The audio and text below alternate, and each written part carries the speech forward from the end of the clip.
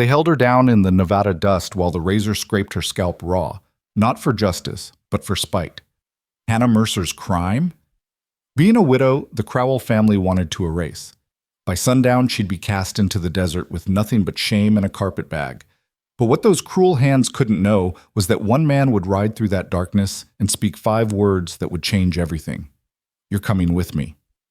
Stay until the end to see how a woman destroyed becomes a legend reborn, and comment your city below so I can see how far Hannah's story reaches across the world. The morning Hannah Mercer's life ended, she was kneading bread. Her hands worked the dough in steady, practiced rhythms, flour dusting her forearms up to the elbows, the Nevada sun pouring through the kitchen window of the small cabin she'd shared with Jacob for 3 short years. The light caught the gold of her wedding band, the only thing of value she owned besides the cabin itself, and the 20 acres of scrubland Jacob had broken his back trying to farm. Jacob, dead now 4 months.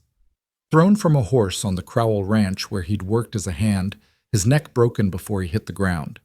They'd brought him home wrapped in canvas, and Hannah had buried him on the hill behind the cabin with nothing but a wooden cross and a prayer she could barely choke out through her tears. She was 23 years old, and she was utterly alone. The bread dough pushed back against her palms, elastic and warm, when she heard the horses. Hannah paused, flour-dusted hands suspended over the wooden bowl, listening. The sound grew louder. Not one horse, but several. Maybe 5 or 6, judging by the thunder of hooves on hard-packed earth. Her heart began a slow, heavy drumbeat in her chest. Visitors were rare out here, 5 miles from the nearest neighbor, 7 miles from town. And something about the way those horses approached, fast, determined, angry, made the small hairs on the back of her neck stand up. She wiped her hands on her apron and moved to the window, pulling back the thin curtain. What she saw made her blood turn to ice water.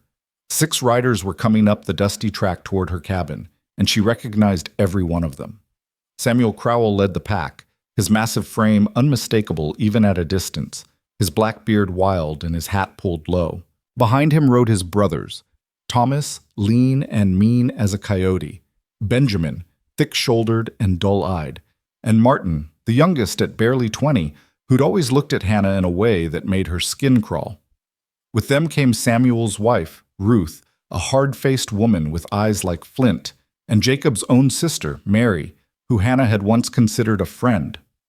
The Crowells, Jacob's employers, his family by blood and by marriage, and they were coming for her. Hannah's hands started to shake. She backed away from the window, her mind racing. What did they want? She'd paid her respects after Jacob's death, had thanked them for bringing his body home, had kept her head down and her grief private as a widow should. She owed them nothing. Jacob's wages had been paid in full, minus the cost of his funeral, which Samuel had deducted with a cruel smile that still haunted her dreams. The horses came to a halt in her yard in a cloud of dust. Hannah heard the creak of saddle leather, the jingle of spurs, the low murmur of voices. She stood frozen in the center of her kitchen, her heart hammering so hard she thought it might break through her ribs. Then Samuel's voice, loud enough to rattle the windows. "Hannah Mercer, you come out here right now!" She couldn't move. Her legs had turned to water.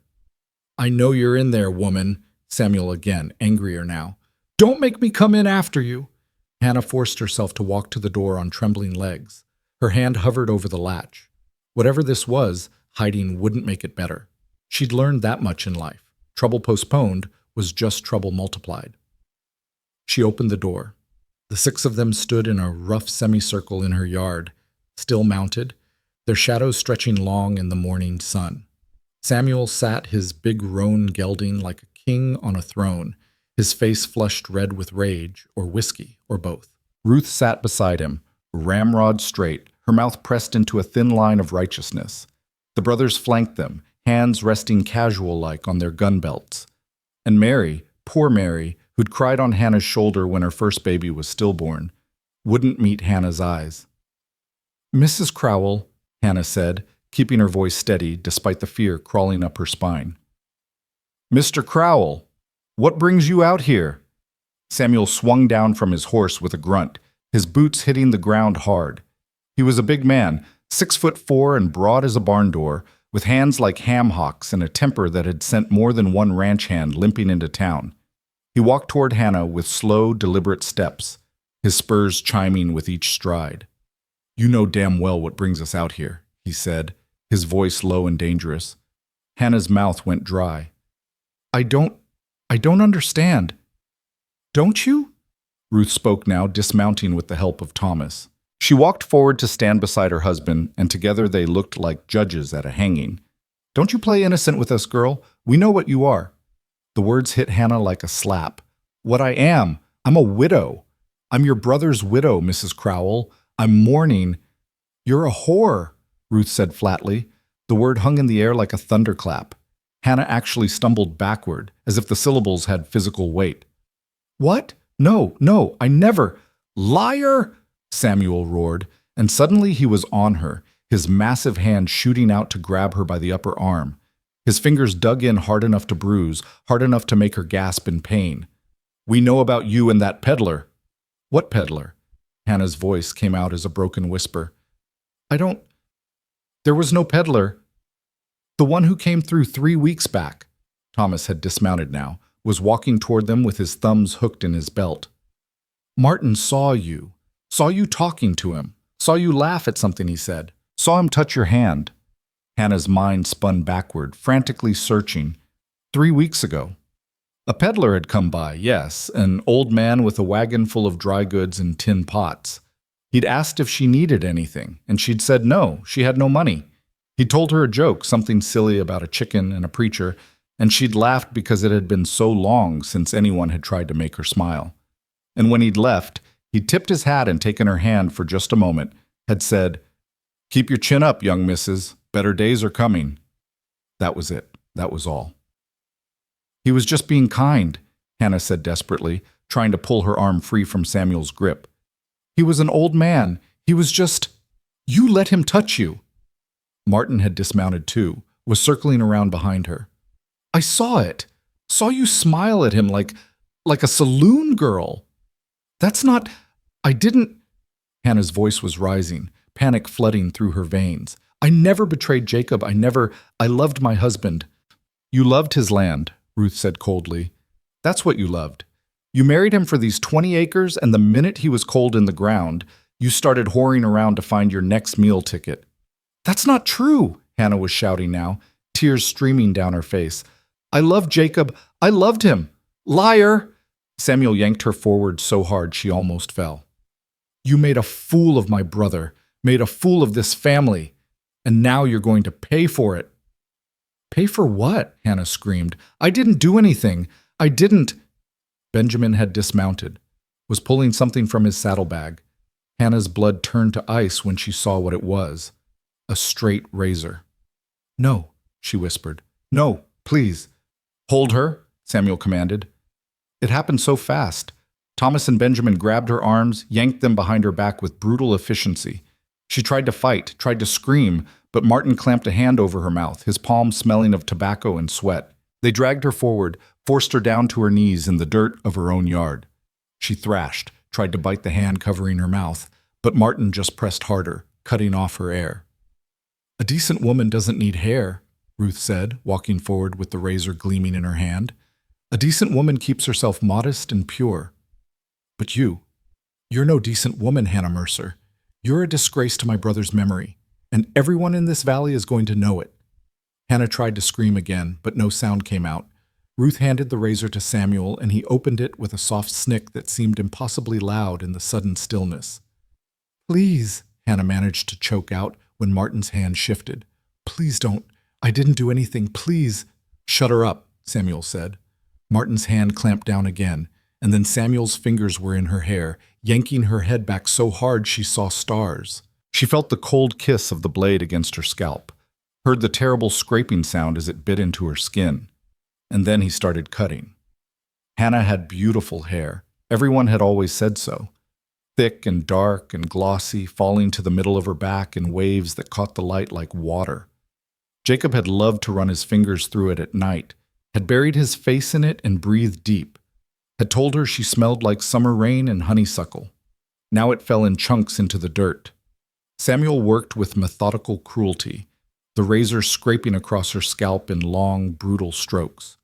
Hannah felt warm blood trickling down the back of her neck where the blade bit too deep, felt the terrible violation of her hair being torn away, felt her identity being stripped from her one handful at a time. She stopped fighting. What was the point? There were 5 of them and 1 of her, and they were going to do this no matter what. So she knelt there in the dirt, tears streaming down her face, Martin's hand still clamped over her mouth, and let them destroy her. It seemed to take hours. In reality, it probably took 10 minutes. When Samuel finally stepped back, breathing hard, Hannah's scalp was raw and bleeding, stubbled and uneven like a field after a harsh reaping. Her beautiful hair lay scattered in the dust around her like the feathers of a slaughtered bird. She could feel air on her scalp, could feel the sun, hot and merciless. And the sensation was so alien, so wrong, that a sob finally tore free from her throat. "There," Ruth said with satisfaction. "Now everyone will know what you are." They released her, and Hannah crumpled forward, her hands going instinctively to her head. Her palms came away smeared with blood. She touched her scalp, bare, raw, stubbled, and the reality of what they'd done crashed over her like a wave. "You've got until sundown to get off this land," Samuel said, wiping the razor on his pants and tossing it into the dirt beside her. "This property belonged to my brother, which makes it Crowell property now. You got no claim to it. Never did." "That's not—" Hannah's voice came out as a croak. "The deed. Jacob put my name on the deed." "Deed says Jacob Crowell," Thomas said with a cruel smile. "Ain't no Hannah Mercer on any deed we got." It was a lie. Hannah knew it was a lie. Jacob had taken her to the land office in town, had made sure her name was right there beside his. They'd celebrated afterward with penny candy and a shared bottle of sarsaparilla, had laughed about being property owners together. But what did truth matter when you were one woman against a family with power and guns and rage? "You take what you can carry," Ruth said, "and you leave. If you're still here when the sun touches that ridge," she pointed to the western hills, "my husband will shoot you for trespassing. Won't he, Samuel?" "Damn right I will," Samuel said, his hand resting on his gun belt. Hannah looked up at them through her tears, at their hard faces and their cold eyes, at Mary, who still wouldn't look at her. "Where am I supposed to go?" she whispered. "Hell for all I care," Ruth said. "You should have thought about that before you spread your legs for strangers." "I didn't," but Hannah's voice broke, and she couldn't continue. They mounted their horses without another word. Samuel gathered up the reins of his roan and looked down at her one last time. "Sundown, Hannah. Don't test me." Then they wheeled their horses around and rode away, their dust clouds swallowing them up, leaving Hannah kneeling alone in her yard with her hair scattered around her like evidence of a murder. For a long moment she couldn't move, couldn't think, couldn't breathe. Then finally she forced herself to stand. Her legs shook so badly she had to grab the doorframe to keep from falling. She looked down at her hands, still dusted with flour from the bread she'd been making a lifetime ago, and started to laugh. It came out broken and horrible, more sob than laugh, but she couldn't stop. Bread. She'd been making bread. The laughter died as quickly as it had come, and Hannah stumbled into her cabin. She caught sight of herself in the small mirror that hung beside the door and stopped, frozen. The woman looking back at her was a stranger. Her scalp was a mess of stubble and blood, raw and red and obscene. Without her hair, her face looked alien, her eyes too large, her cheekbones too sharp, her neck too long and vulnerable. She looked sick. She looked like a criminal. She looked like exactly what the Crowells had called her, a whore. Hannah turned away from the mirror and forced herself to move. Sundown. She had until sundown. She found her old carpet bag in the bedroom, the one she'd brought with her when she'd married Jacob and moved into this cabin. She started packing mechanically, 2 dresses, a shawl, undergarments, her Bible, the daguerreotype of her mother who died when Hannah was 12. Her hands moved without conscious thought, stuffing items into the bag. The deed. She had to find the deed. Hannah tore through Jacob's papers, her hands shaking, her vision blurring with tears. It had to be here. It had to be. They couldn't just take her land, her home, her life. But she couldn't find it. She looked everywhere. In the drawer where Jacob had kept important documents, in the tin box under the bed, even between the pages of his Bible. Nothing. They'd already been here, she realized with sickening certainty. Sometime in the last 4 months, while she'd been drowning in grief, they'd come and taken it. Maybe the day of Jacob's funeral, when she'd been up on that hill praying over his grave. Maybe at night, while she'd been sleeping exhausted and alone. It didn't matter when. All that mattered was the deed was gone, and with it any proof that this land had ever been hers. The sun was tracking west. Hannah had maybe 3 hours until it touched the ridge. She finished packing her bag, a pitifully small collection of belongings to represent 23 years of life, and walked through her cabin one last time. She touched the table Jacob had built with his own hands, the chair where he'd sat every morning drinking his coffee, the bed where they'd loved and laughed and dreamed of children who would never come now. "I'm sorry, Jacob," she whispered to the empty room. "I'm so sorry."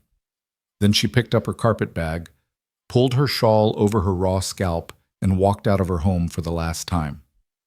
The Nevada sun beat down mercilessly as Hannah started walking east, away from the Crowell Ranch, away from town where people knew her and would see what had been done to her. She had no destination in mind, no plan, nowhere to go. She just walked. The scrubland stretched endlessly around her, dotted with sagebrush and creosote, broken here and there by jutting rocks that threw sharp shadows in the afternoon light. In the distance, mountains shimmered in the heat haze, impossibly far away. Hannah kept her head down, her shawl pulled low, and put one foot in front of the other. Her scalp burned where the sun touched it. Blood had dried in sticky trails down her neck. Her legs felt like water, her body like it belonged to someone else. She was so thirsty her tongue stuck to the roof of her mouth, but she had no water. She'd forgotten to take her canteen, had forgotten to take food, had forgotten everything in her blind panic to leave before Samuel came back with his gun. The sun crept lower. The shadows grew longer.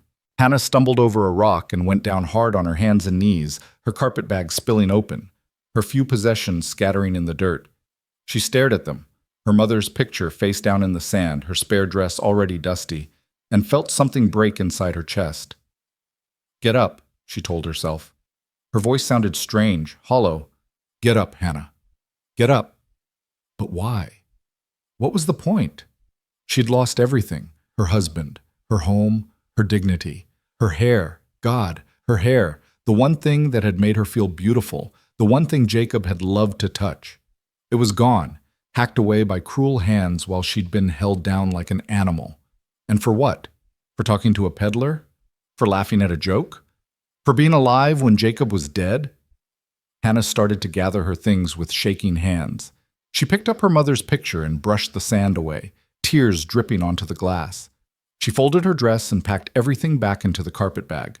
Then she stood up, swaying, and kept walking. The sun touched the ridge. Hannah had been walking for hours. She had no idea where she was anymore. Somewhere east of her cabin, somewhere in the vast emptiness of the Nevada desert. Her throat was so dry it hurt to swallow. Her feet, in their worn boots, were blistered and bleeding. Her scalp throbbed with every heartbeat. Darkness crept across the land like a stain. The temperature, which had been brutal during the day, began to plummet. Hannah's thin dress and shawl were no match for the desert night. She started to shiver, her teeth chattering, her body trembling with cold and exhaustion and shock. She had to find shelter, had to stop, had to... There. In the fading light, Hannah spotted a dark shape against the hillside. She squinted, hardly daring to hope. Was it? Yes. A structure. Some kind of small building. Hannah stumbled toward it, using the last of her strength. As she got closer, she could see it was an old trapper's shack, abandoned years ago by the look of it. The roof had partially collapsed on one side, and the door hung crooked on its hinges. But it was shelter. It was walls and a roof, partial though it might be, and right now, that was everything. She pushed through the broken door and collapsed onto the dirt floor inside. The shack was tiny, maybe 8 feet by 10 feet, and empty except for some rotted wood in one corner and a rusted potbelly stove that was missing its door. But it blocked the wind. It gave her darkness to hide in, and that was all Hannah needed. She crawled to the corner farthest from the door and curled into a ball, her carpet bag clutched to her chest. Her body shook uncontrollably, whether from cold, shock, or grief she couldn't tell. probably all three. This was it, she thought distantly. This was where her story ended. In a collapsed shack in the middle of nowhere, alone and shorn and destroyed. By morning, she'd probably be dead from exposure, and maybe that was for the best. What life did she have left anyway? Who would want her now? Who would look at her ruined scalp and see anything other than shame? Hannah closed her eyes and waited for death to come. But death was slow that night. Instead of the peaceful release she'd hoped for, Hannah lay shivering in the darkness, her mind spinning, her body refusing to give up even though her spirit had already surrendered. She drifted in and out of consciousness, her dreams full of razors and laughter, and Jacob's face fading into shadow. At some point, she had no idea what time it was, she heard something. Hoofbeats. Hannah's eyes snapped open, her heart began to pound. Had Samuel changed his mind? Had he come to finish what he'd started? Had he decided that driving her out wasn't enough? That she needed to be silenced permanently? The hoofbeats came closer, then stopped just outside the shack. Hannah pressed herself against the wall, making herself as small as possible, her breath coming in terrified gasps. Through the gaps in the walls, she could see the faint glow of a lantern. Someone was out there. Someone had found her. "Please," she whispered into the darkness. "Please, no more, please." Footsteps approached the door, slow, careful. Then a voice, deep and male. "Anyone in there?" Hannah couldn't respond. Terror had locked her throat tight. The door creaked open wider. Lantern light spilled into the shack, so bright after the darkness that Hannah had to squeeze her eyes shut. She heard the footsteps enter, heard the soft jingle of spurs. "Jesus Christ," the voice said softly. Not angry, not cruel, just shocked. Hannah forced her eyes open and looked up. A man stood in the doorway, lantern held high. He was tall and lean, maybe 40 years old, with a weathered face and dark hair shot through with gray. He wore a dusty trail coat and a gun belt, and his eyes, even in the dim light, were the clearest blue Hannah had ever seen. She didn't recognize him, but something about his face, about the way he looked at her, not with pity or disgust, but with something that might have been grief, made her throat tighten. "Are you Hannah Mercer?" he asked quietly. She nodded, unable to speak. The man crouched down slowly, like he was approaching a wounded animal. He set the lantern on the ground between them, and in its light, Hannah could see his face more clearly. There were deep lines around his eyes and mouth, the marks of a man who'd known suffering. His blue eyes studied her face, then moved to her shawl-covered head, and his jaw tightened. "I heard what happened," he said. "Heard the Crowells drove you out. Heard what they—" He stopped, seemed to struggle for words. "I'm sorry, Mrs. Mercer. I'm sorry I didn't get there sooner." "Who are you?" Hannah managed to whisper. "Name's Colton Hayes. I own the Double H Ranch, about 10 miles northwest of here." He paused, then added, "I knew your husband. Jacob worked for me before he went to the Crowells. He was a good man." Fresh tears spilled down Hannah's cheeks at the mention of Jacob's name. "He was," she whispered. "He was a good man." Colton was quiet for a moment, his eyes never leaving her face. Then he said, very gently, "You can't stay here, Mrs. Mercer. You'll die out here." "I know," Hannah said, and she did know. Part of her had been counting on it. "I don't think you do," Colton said. He shifted his weight, his voice becoming firmer. "You're young, you're strong. This isn't your ending, Hannah." The sound of her first name, spoken with such certainty, made something crack in Hannah's chest. She shook her head helplessly. "I have nowhere to go, nothing left. They took everything." "I know what they took," Colton said, and there was steel in his voice now. "I know what Samuel Crowell is, what his whole damn family is. But you're not staying in this shack, and you're not dying in the desert. You understand me?" Hannah stared at him, confused. "What?" Colton Hayes stood up and extended his hand down to her. His blue eyes were steady, determined, kind. And then he said 5 words that Hannah would remember for the rest of her life. 5 words that would change everything, that would take her from this moment of absolute destruction and carry her towards something she couldn't even imagine yet. "You're coming with me, Hannah." Hannah stared at that outstretched hand like it was a rope thrown into a raging river. Her mind couldn't quite process what was happening.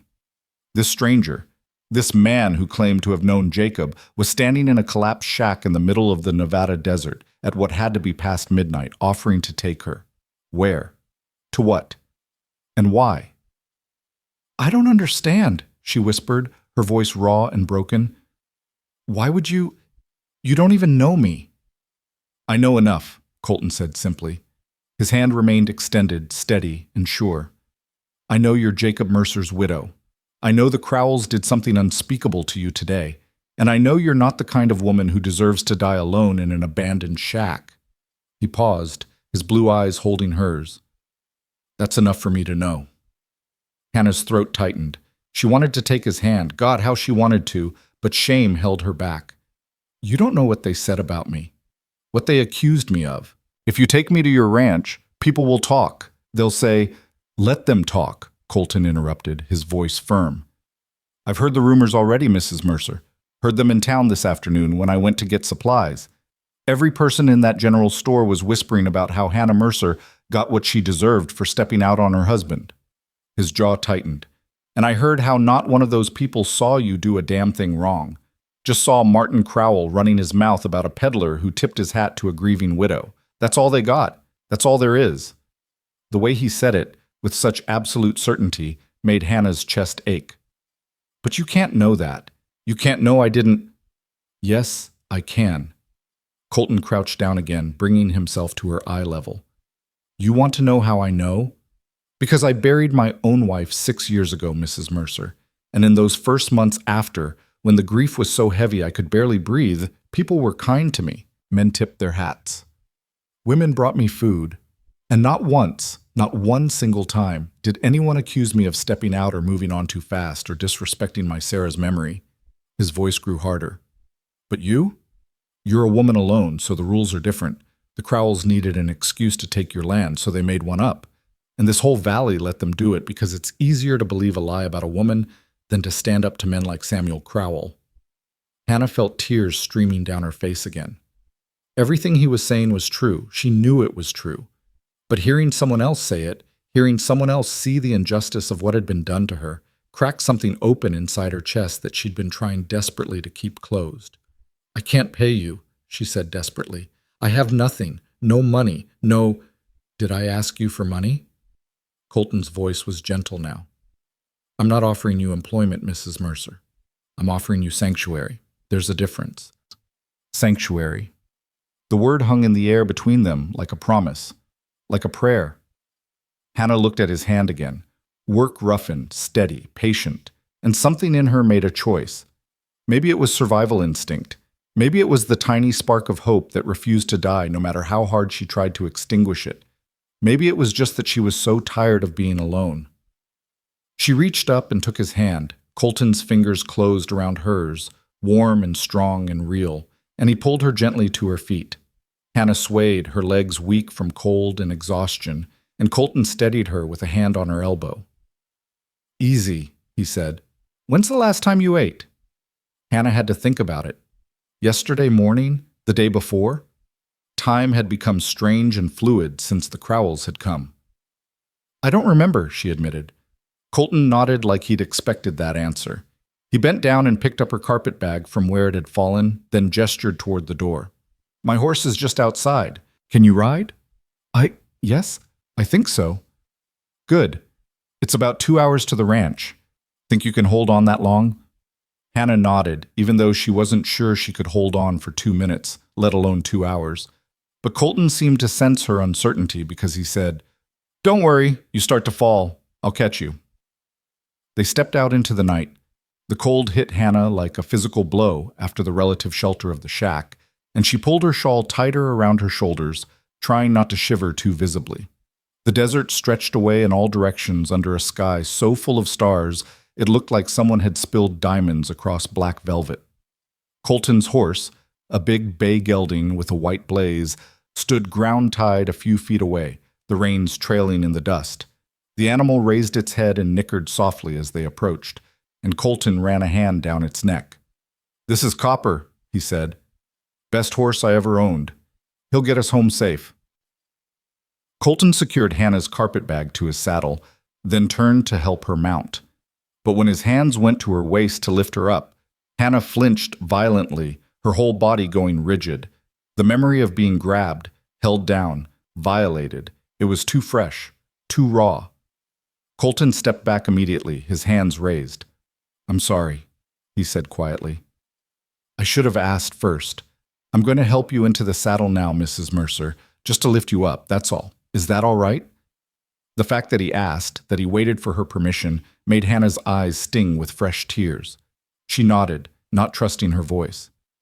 This time when Colton's hands went to her waist, Hannah was ready for it. He lifted her as gently as if she were made of glass and set her in the saddle, then swung up behind her in one smooth motion.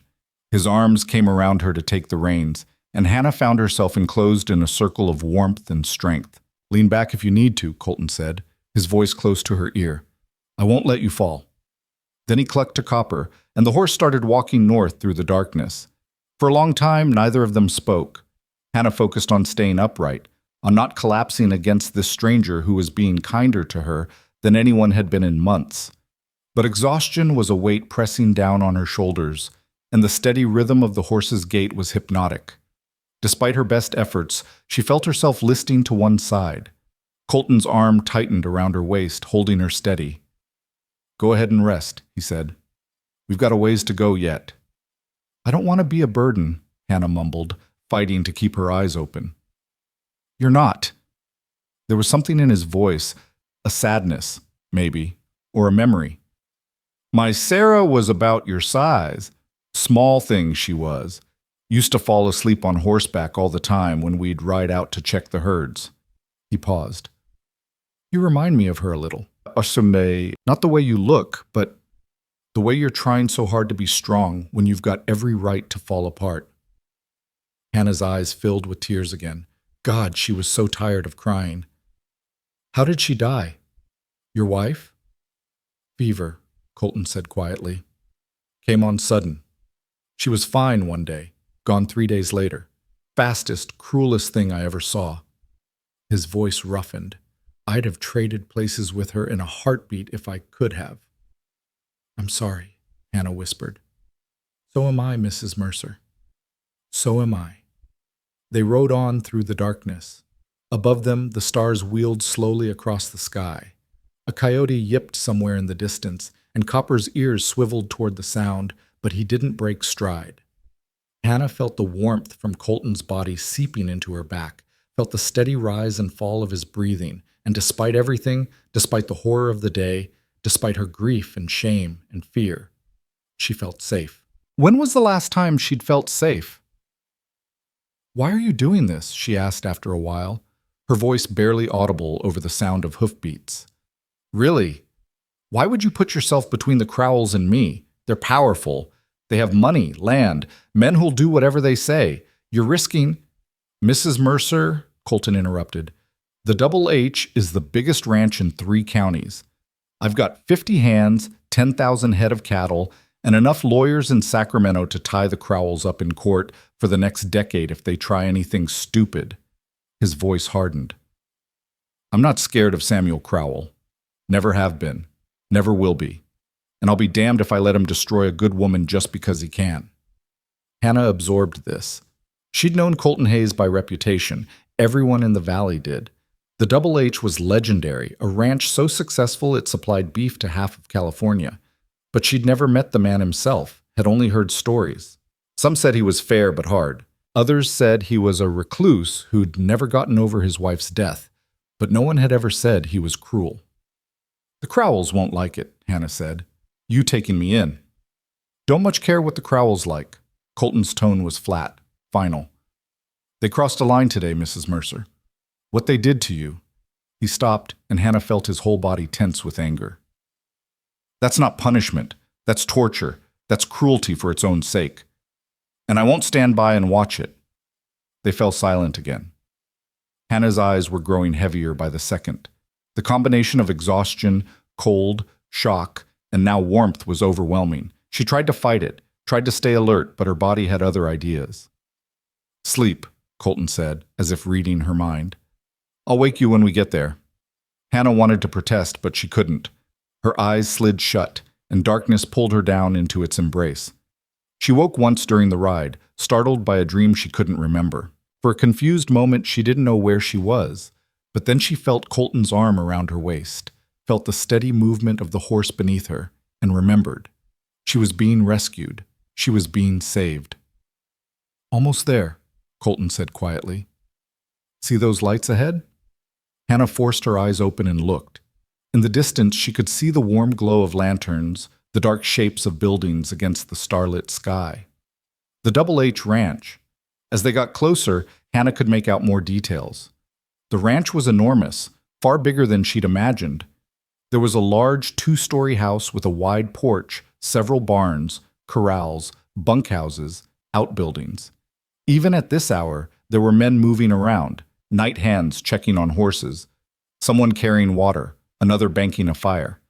This wasn't just a ranch. It was a small town unto itself. Colton guided Copper toward the main house. As they approached, a man stepped out onto the porch, older, maybe 60, with a gray beard and a rifle cradled in his arms. "That you, boss?" the man called. "It's me, Frank," Colton replied. "Got a guest. Wake up Martha and tell her we need a room prepared. And food. Hot water, too." Frank's gaze moved to Hannah, and even in the darkness she could feel his curiosity. But all he said was, "Yes, sir, right away." He disappeared back into the house, and Colton dismounted, then reached up to help Hannah down. This time she didn't flinch when his hand circled her waist. He set her gently on the ground, but her legs buckled immediately. She would have fallen if Colton hadn't caught her, his arm going around her shoulders to hold her upright. "I've got you," he said. "Can you walk?" "I think so." But Hannah's voice was weak even to her own ears. Colton grabbed her carpetbag from the saddle, then kept his arm around her as they walked up the porch steps. Frank met them at the door, his weathered face carefully neutral as he took in Hannah's appearance. Her thin dress, her shawl pulled low over her head, her hollow eyes. "Martha's getting the guest room ready now," Frank said. "Should be warm in a few minutes. I'll get some food sent up." "Thank you, Frank."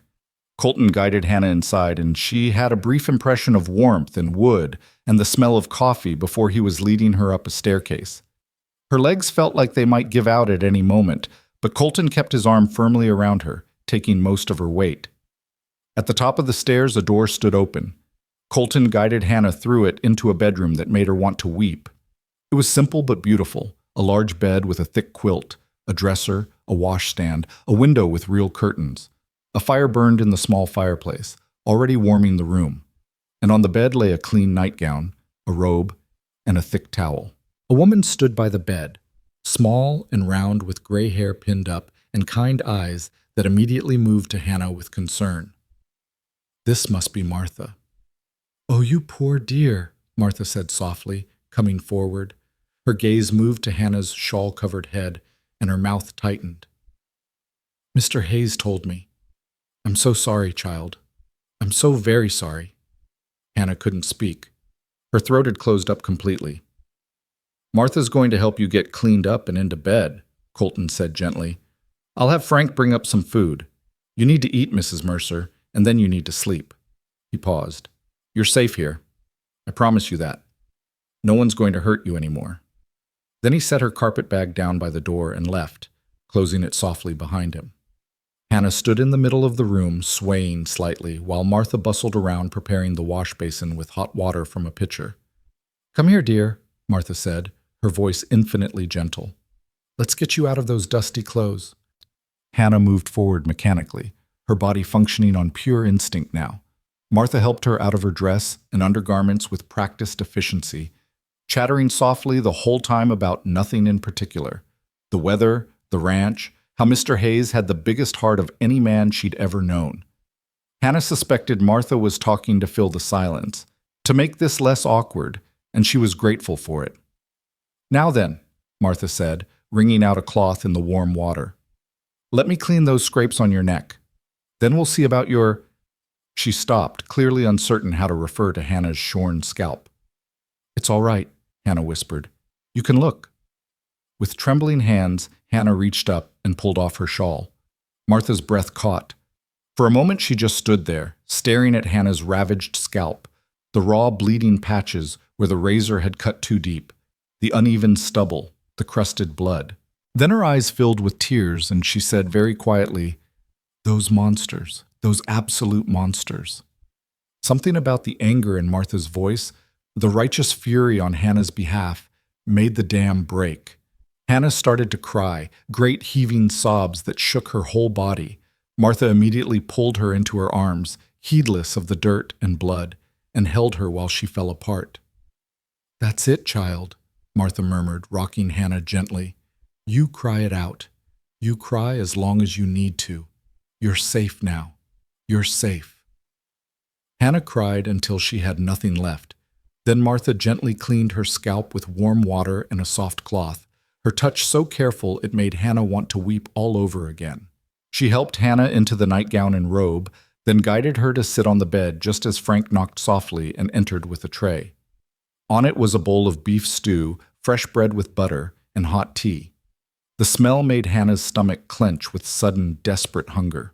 "Eat slowly," Martha cautioned, setting the tray on Hannah's lap. "Your stomach's probably empty. Don't want you getting sick." Hannah forced herself to take small bites, even though she wanted to devour everything on the tray. The stew was rich and hot and perfect, and the bread melted in her mouth. She hadn't realized how hungry she was until she started eating.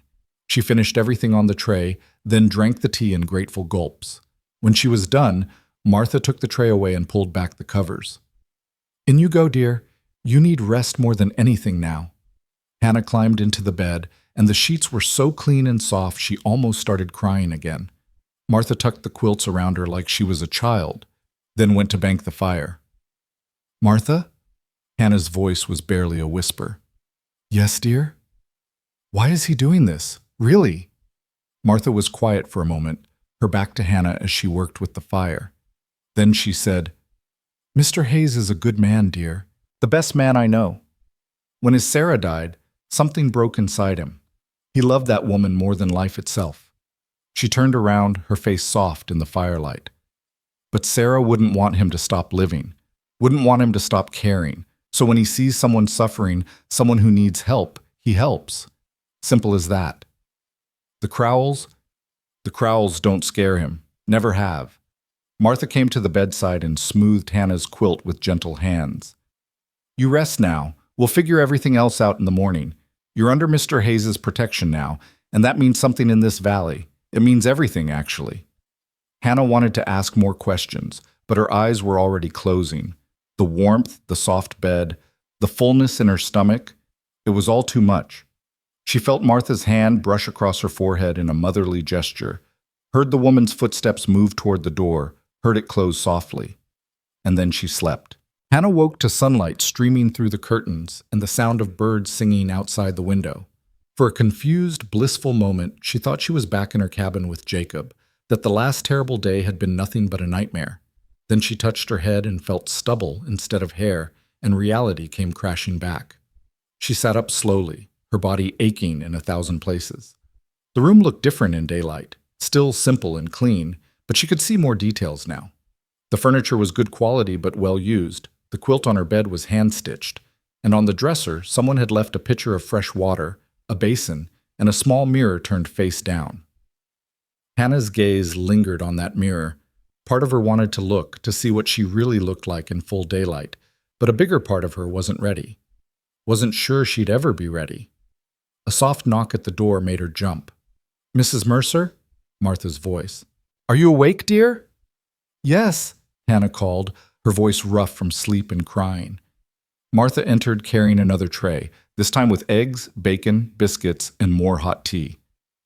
"Mr. Hayes thought you might sleep late," she said with a warm smile. "It's past 9. How are you feeling?" "I don't know," Hannah said honestly. Now that the shock was wearing off, everything hurt. Her scalp throbbed, her body ached, and her heart, God, her heart felt like someone had reached into her chest and squeezed it until it stopped beating. Martha set the tray down and poured the tea. "Eat first, then we'll see about getting you some proper clothes. That dress you were wearing yesterday is beyond saving, I'm afraid." Hannah looked down at the nightgown she was wearing. "I can't take charity. I can't." It's not charity, dear. It's decency. Martha's voice was firm. You were stripped of everything yesterday.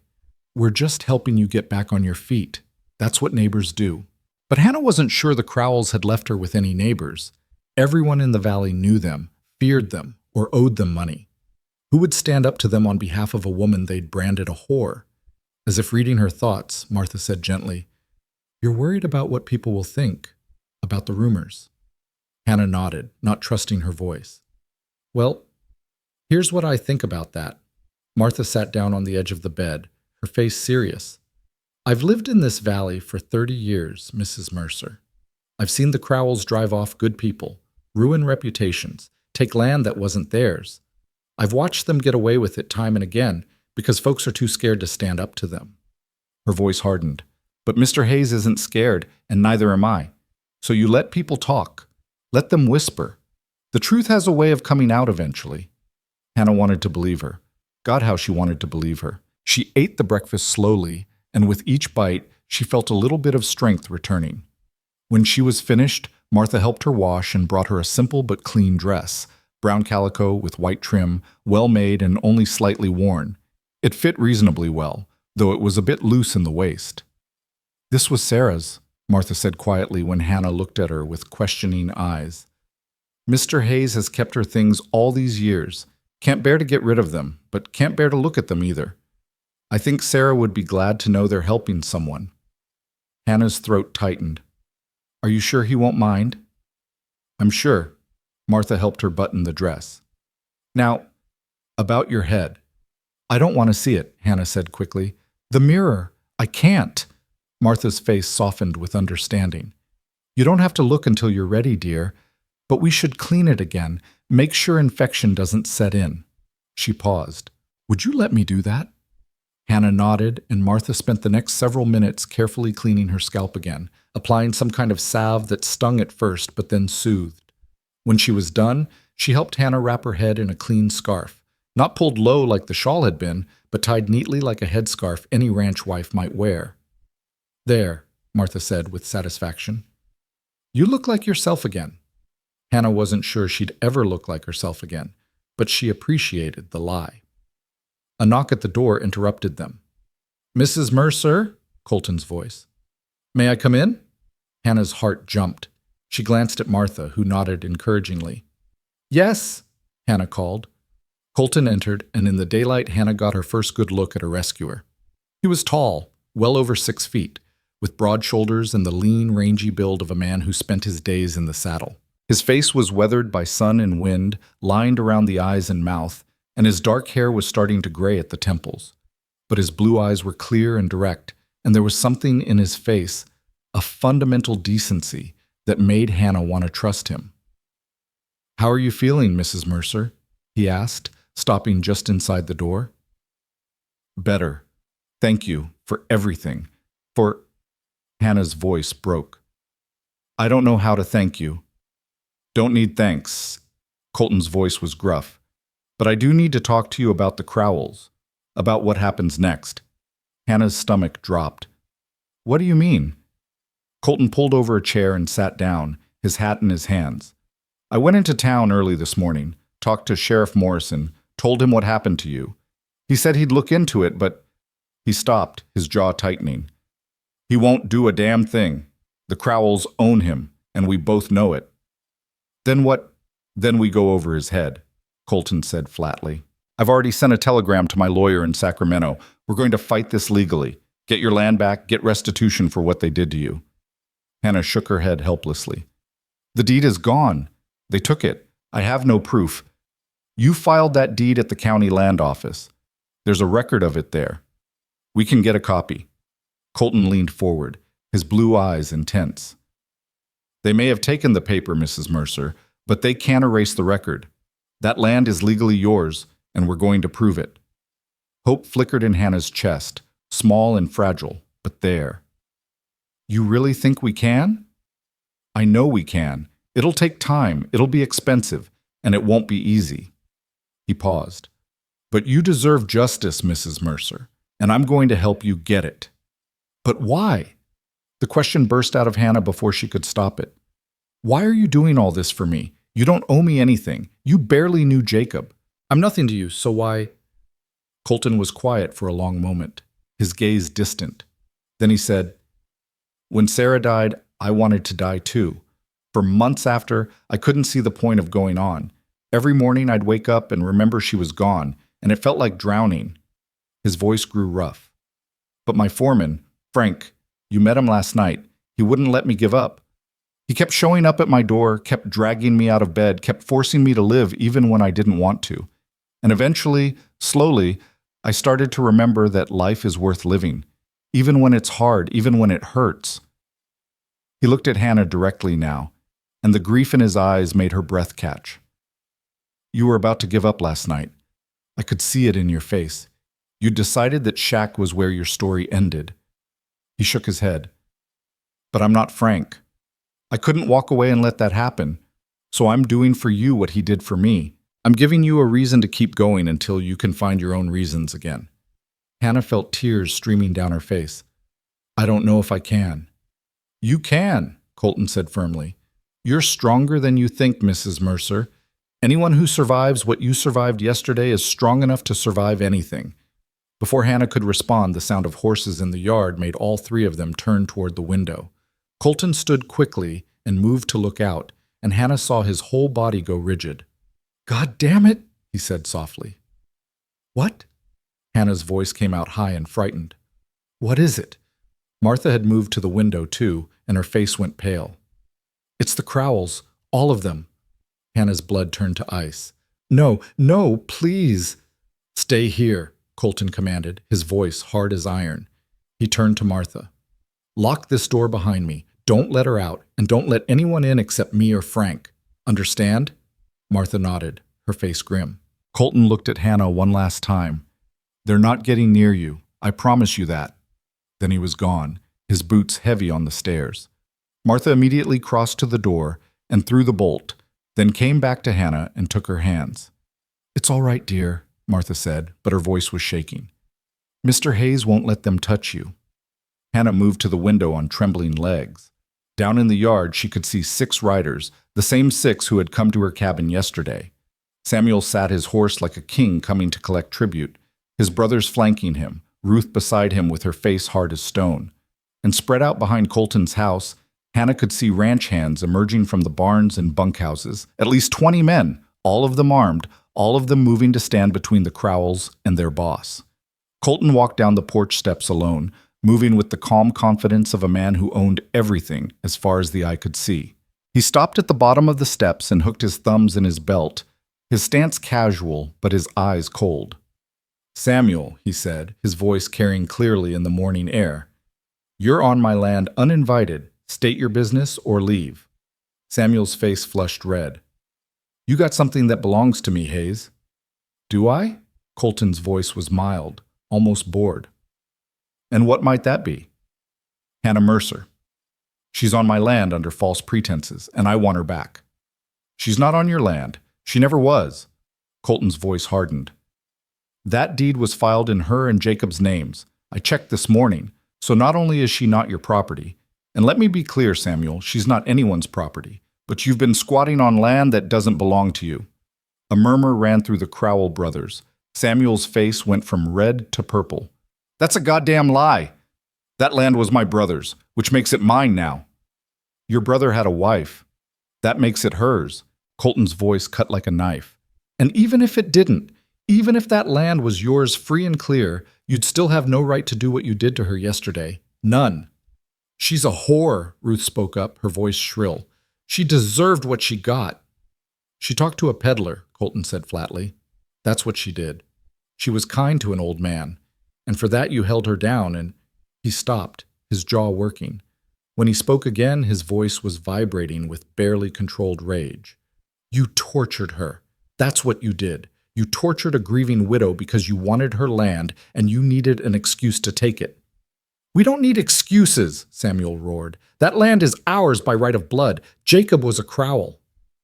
"Jacob was a good man who'd be ashamed to call you family right now." Colton's words fell like hammer blows. "And his widow is under my protection. She's staying here, on my land, and if you or any of your kin come near her again, I will make you regret it." Samuel's hand moved toward his gun. Instantly, every ranch hand behind Colton drew their weapon, a chorus of metal clearing leather that echoed across the yard. Samuel froze, his eyes going wide as he realized he was staring down the barrels of 20 rifles and pistols. "Think carefully about your next move, Samuel," Colton said softly, dangerously. "You might get one shot off, maybe two if you're lucky, but then my boys will cut you down, and your brother's with you." He paused. "Is it worth it? Is getting your hands on one grieving widow worth dying in my yard?" The silence stretched out, taut as a wire. Hannah held her breath, her heart pounding so hard she thought it might burst. Martha's hand found hers and squeezed tight. Finally, Samuel slowly moved his hand away from his gun. "This isn't over, Hayes." "Yes, it is." Colton's voice was flat, final.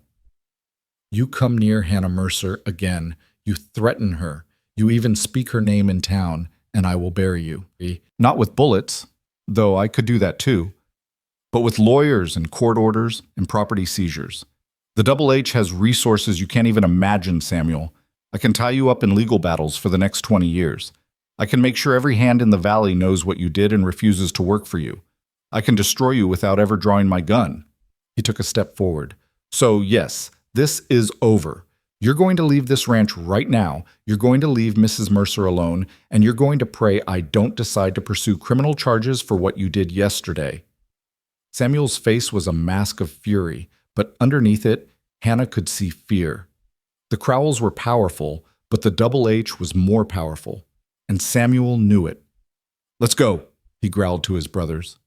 "But Samuel," Ruth started, "I said, let's go." The Crowells wheeled their horses around and rode out, their dust cloud marking their retreat. Colton stood watching until they disappeared from sight, then slowly turned to his men. "Double the watch on the property line," he said. "I want eyes on every approach to this ranch 24 hours a day. The Crowells try to come back. I want to know about it before they get within a mile of this house. Clear?" A chorus of "Yes, sir," answered him. Colton nodded, then looked up at the window where Hannah stood. Even from this distance, she could see the exhaustion in his face, the weight of what he'd just done settling on his shoulders. He'd stood between her and her destroyers. He'd risked his own safety, his own reputation to protect her. And Hannah realized that for the first time since Jacob died, she wasn't completely alone. Martha unlocked the door when Colton's footsteps sounded on the stairs. He entered the room looking 10 years older than he had that morning, the lines around his eyes deeper, his shoulders tight with tension. But when his gaze found Hannah standing by the window, some of the hardness left his face.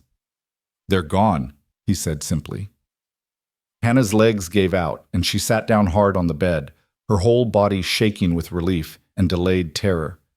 "They'll come back, you know they will." "Let them try." Colton's voice was granite. "I meant every word I said down there, Mrs. Mercer.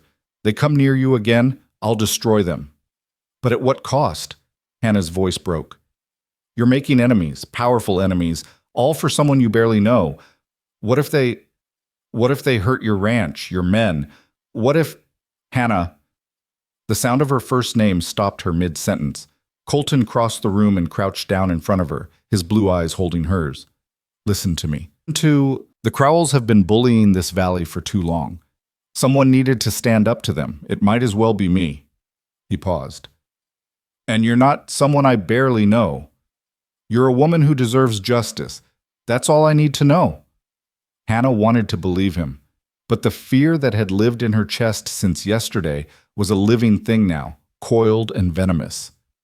"You don't understand what they're capable of. Samuel, he's not rational. He doesn't think like normal people. If he feels humiliated, he'll do exactly what every bully does when someone finally stands up to them," Colton interrupted. "He'll bluster and threaten, but in the end, he'll back down. Men like Samuel are only brave when they're beating on someone weaker than them." Martha had moved to Hannah's side, her hand on Hannah's shoulder. "Mr. Hayes is right, dear. The Crowells are cowards at heart. They won't risk a real fight." But Hannah had seen Samuel's face in the yard just now. She'd seen the rage, the humiliation, the promise of violence in his eyes. And she knew with a certainty that made her blood run cold, that this wasn't over. The days that followed proved her right. though not in the way she'd expected. For the first week, nothing happened. Hannah stayed close to the house, helping Martha with cooking and cleaning, trying to make herself useful, trying to justify the sanctuary Colton had given her. Her scalp began to heal, the raw patches scabbing over, and Martha showed her how to wrap her head in scarves that looked almost fashionable. The ranch hands were respectful, tipping their hats when they saw her, never staring, never whispering where she could hear. Colton checked on her every evening after he came in from working the ranch. They'd sit on the porch in the cooling air, and he'd tell her about his day, which cattle needed to be moved, which fence line needed repair, which hand had gotten thrown from his horse and landed in a water trough. Normal things, ranch things, and slowly, carefully, Hannah began to remember what normal felt like. But on the 8th day, one of the outer barns caught fire. Hannah woke to shouting and the smell of smoke. She ran to the window and saw orange flames licking at the sky, men running with buckets, horses screaming in panic. She threw on her dress and ran downstairs, but Martha caught her at the door. "Stay inside," Martha said firmly. "Mr. Hayes's orders. No one knows if this was an accident or if it was the Crowells," Hannah finished, her stomach dropping. "This is my fault. They're punishing him for protecting me." "You don't know that," Martha said, but her face was pale. By dawn, the barn was a smoking ruin. They'd saved most of the horses, but the building itself was a total loss. And when Colton's men examined the wreckage in the growing light, they found evidence that made Hannah's worst fears reality. "Arson," Frank said flatly, standing in Colton's study where Hannah had been summoned along with Martha. "Someone poured kerosene around the base and lit it. We found the can hidden in the brush about 50 yards away." Colton's face was carved from stone. "Any tracks?" "3 riders came in from the east, stayed off the main trails. We lost them about 2 miles out in the rocks." Frank looked at Hannah, his weathered face sympathetic. "I'm sorry, ma'am, but this has Crowell written all over it." Hannah felt sick. "I should leave. You should stay right where you are," Colton interrupted, his voice hard. "This is exactly what they want, Mrs. Mercer. They want you scared. They want you running. They want you alone and vulnerable so they can finish what they started." He stood up from his desk, his hands clenched into fists. "I won't give them that satisfaction. But your barn can be rebuilt." Colton's eyes were chips of blue ice. "Buildings can be replaced. Cattle can be replaced. But I'll be damned if I let the Crowells think they can terrorize people on my land and get away with it." Frank cleared his throat. "Boss, we need to consider that they might escalate. The barn was a warning. Next time we'll be ready." Colton's voice cut through the air like a blade. "Double the night watch. I want armed patrols on every section of the property line. Anyone sees Crowell riders, they fire a warning shot and get word to me immediately. No one engages unless directly threatened, but we don't run from them either." Frank nodded and left. Martha excused herself shortly after, leaving Hannah alone with Colton in the study.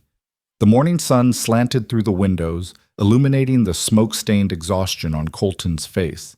"I'm sorry," Hannah whispered. "I'm so sorry. I never wanted—" "Stop." Colton's voice was gentler now. He came around the desk and sat in the chair beside hers. "None of this is your fault. The only people responsible for this are the ones who lit that fire." He paused. "But I need you to understand something, Hannah. This is going to get worse before it gets better. The Crowells are feeling cornered, and cornered animals are dangerous. If you want to leave, if you want me to send you somewhere safe, somewhere far from here, I'll do it. I'll give you money, arrange transportation, whatever you need. But if you stay, you need to be prepared for what's coming." Hannah looked at him, at this man who'd saved her, sheltered her, stood between her and her destroyers, and felt something shift in her chest. For so long, she'd been a victim, a widow, a woman who let things happen to her. But sitting here in this smoke-scented study, looking at the determination in Colton Hayes's eyes, she realized she had a choice. She could run, or she could stand. "I'm staying," she said, her voice stronger than she expected. "I'm tired of running, tired of being afraid. If they want to fight, then—" She stopped, surprised by her own words. "Then I guess we'll give them one." Colton's lips curved into something that might have been a smile. "Good, because I could use someone with your spine around here." The attacks came in waves after that. each one more vicious than the last. 2 days after the barn fire, someone poisoned the water in the south pasture trough. They lost 6 cattle before Frank discovered it and moved the herd. 3 days after that, someone cut the fence on the east boundary and spooked the horses, sending them scattering into the hills. It took 2 days and every available hand to round them all up again. Then the threats started arriving. Notes left on fence posts, crude messages carved into trees.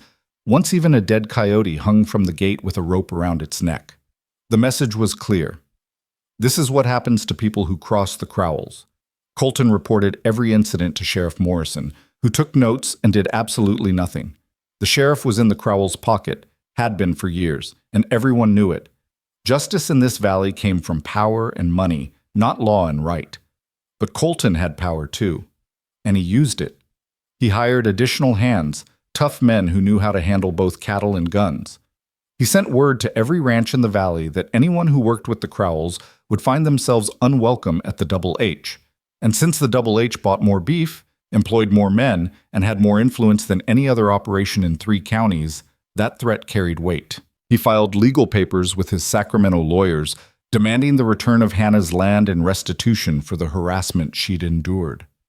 And slowly, other people began to speak up. A rancher's wife came to the house one afternoon and told Hannah she'd seen the Crowells harass another widow 2 years back, had watched them drive the woman off her land with the same false accusations. A shopkeeper in town mentioned to Colton that Samuel had a habit of settling his bills with threats instead of money. A ranch hand who'd once worked for the Crowells talked about the cruelty he'd witnessed, the way Samuel treated anyone weaker than him. The Crowells' reputation, once built on fear and silence, began to crack. But Samuel wasn't a man who accepted defeat gracefully. Hannah had been at the Double H for 6 weeks when she discovered she was pregnant. She'd missed her monthly courses twice now, had been feeling queasy in the mornings, had noticed her breasts were tender and swollen. At first she'd told herself it was just stress, just her body's reaction to everything that had happened. But when Martha found her retching behind the house one morning, the older woman took one look at her face and knew. "Oh, child," Martha said softly. "When?" "I don't know. Before Jacob died, I think. We'd been trying for so long, and then—" Hannah's voice broke. "I didn't realize. With everything that happened, I didn't even notice until—" Martha pulled her into a hug. "Does Mr. Hayes know?" Hannah shook her head. "I just realized myself. I don't know how to tell him. What if he doesn't want me here anymore? What if—" "Hush now. Mr. Hayes isn't the kind of man to turn away a pregnant widow." Martha held her at arm's length, her eyes fierce. "This is a blessing, Hannah. Jacob's child. Don't you see? This is the family you were supposed to have." But Hannah felt only terror. How could she bring a child into this world? Into this war with the Crowells? How could she protect a baby when she could barely protect herself? She told Colton that evening on the porch, the words tumbling out in a rush. "I'm pregnant. It's Jacob's. I'm about 2 months along, I think. I understand if you need me to leave. I won't blame you. A pregnant woman is—" "Hannah." Colton's voice was quiet, but it cut through her panic. "Take a breath." She did, her hands shaking. "Now listen to me," Colton said, his blue eyes steady on hers. "This changes nothing about your welcome here. You're carrying Jacob's child. That baby is innocent in all of this, and so are you." He paused. "If anything, it makes me more determined to protect you, both of you." Hannah felt tears streaming down her face. "I don't know how to do this alone. I don't know how to—" "You're not alone." Colton reached over and took her hand, the first time he'd touched her since that night he'd lifted her onto his horse. His palm was warm and calloused and solid. "You've got Martha and me. You've got Frank and every man on this ranch. And we're going to make sure that baby is born safe and healthy." Hannah wanted to believe him, but the fear was a living thing in her chest now, sharp-clawed and hungry. The Crowells found out about the pregnancy within a week. Hannah didn't know how. Maybe they had a spy in town. Maybe the doctor she'd seen had loose lips. Maybe they'd just guessed. But the knowledge changed something in Samuel. His attacks became more focused, more personal. One morning, Hannah woke to find a baby's booty nailed to the front door with a crude note. "Poor's bastard won't see its first birthday." Colton tore the note down before she could read it all, but the message was clear enough. They weren't just coming for her anymore. They were threatening her unborn child. That night, Colton called all his men together in the yard. Hannah watched from her bedroom window as he addressed them in the torchlight, his voice carrying clearly in the evening air. "The Crowells have crossed a line," he said. "They're threatening an innocent child now. A baby that hasn't even been born yet, and I don't care what it costs, I don't care what we have to do, that ends tonight." He looked around at his men, his face hard. "From now on, Mrs. Mercer doesn't leave this house without armed escort. Martha doesn't go to town without at least 2 men riding with her. And anyone sees Samuel Crowell or any of his kin within 5 miles of this property, they turn them back or shoot them. I won't tolerate this anymore. Am I clear?" The men's assent echoed through the yard like thunder, but Samuel wasn't done yet. Hannah's pregnancy progressed. Her belly began to swell, and Martha sewed her loose dresses to accommodate her changing shape. Her hair grew back slowly, a dark fuzz that was nothing like her former glory, but was still better than the raw stubble.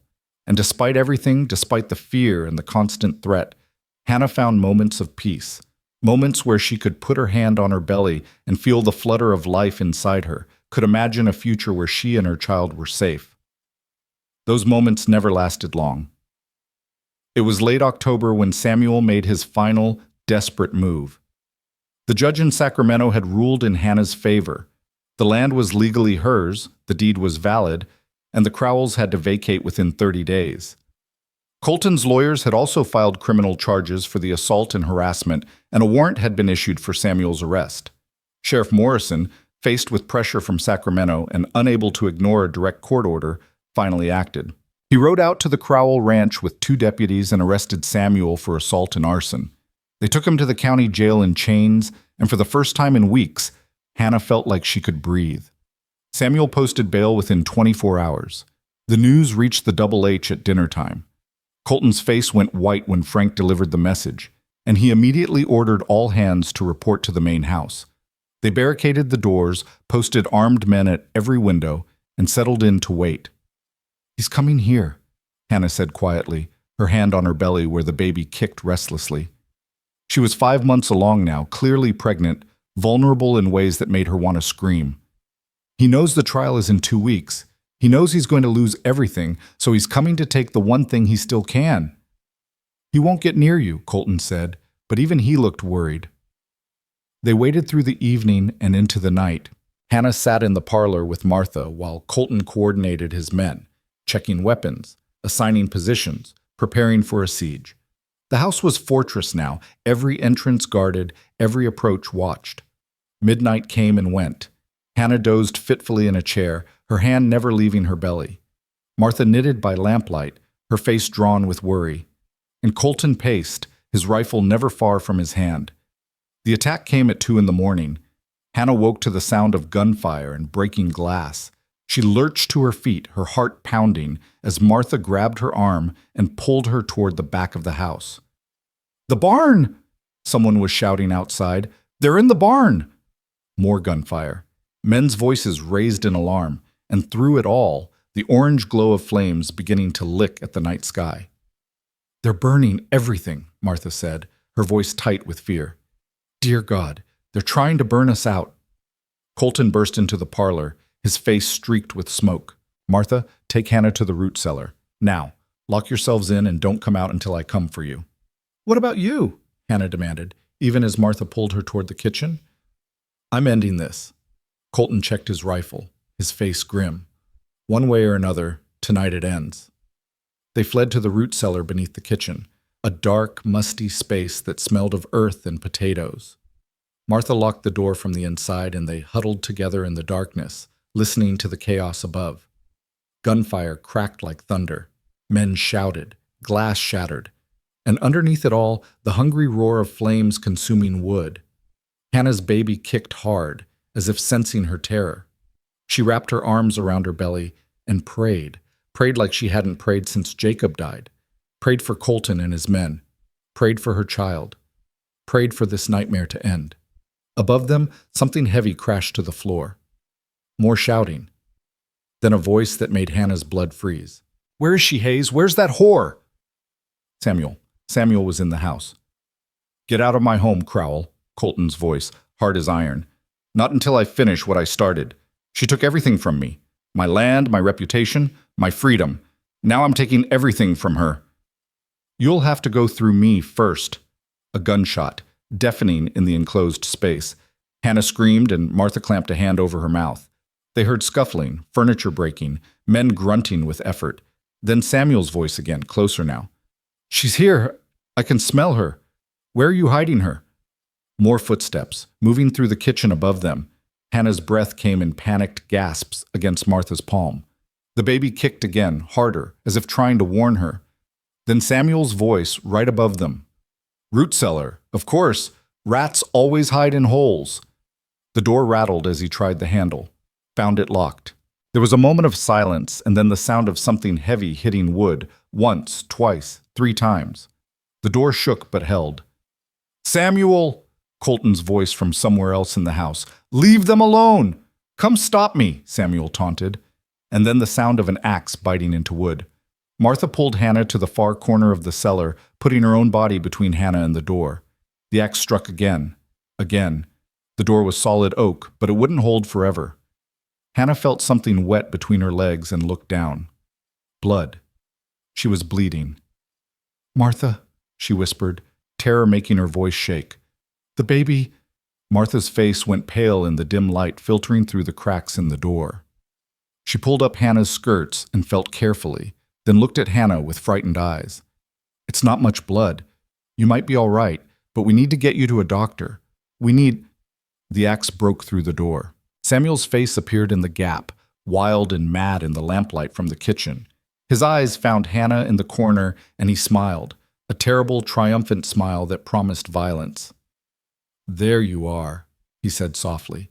"There's my brother's whore." He swung the axe again, widening the hole. Once more and he'd be able to reach through, to unlatch the door from the inside. Martha stood up and stepped in front of Hannah, her small body rigid with courage. "You stay away from her, Samuel Crowell. You hear me? You stay away." Samuel laughed, and the sound was empty of anything human. "Move, old woman. This doesn't concern you." "The hell it doesn't." Martha's voice was steel.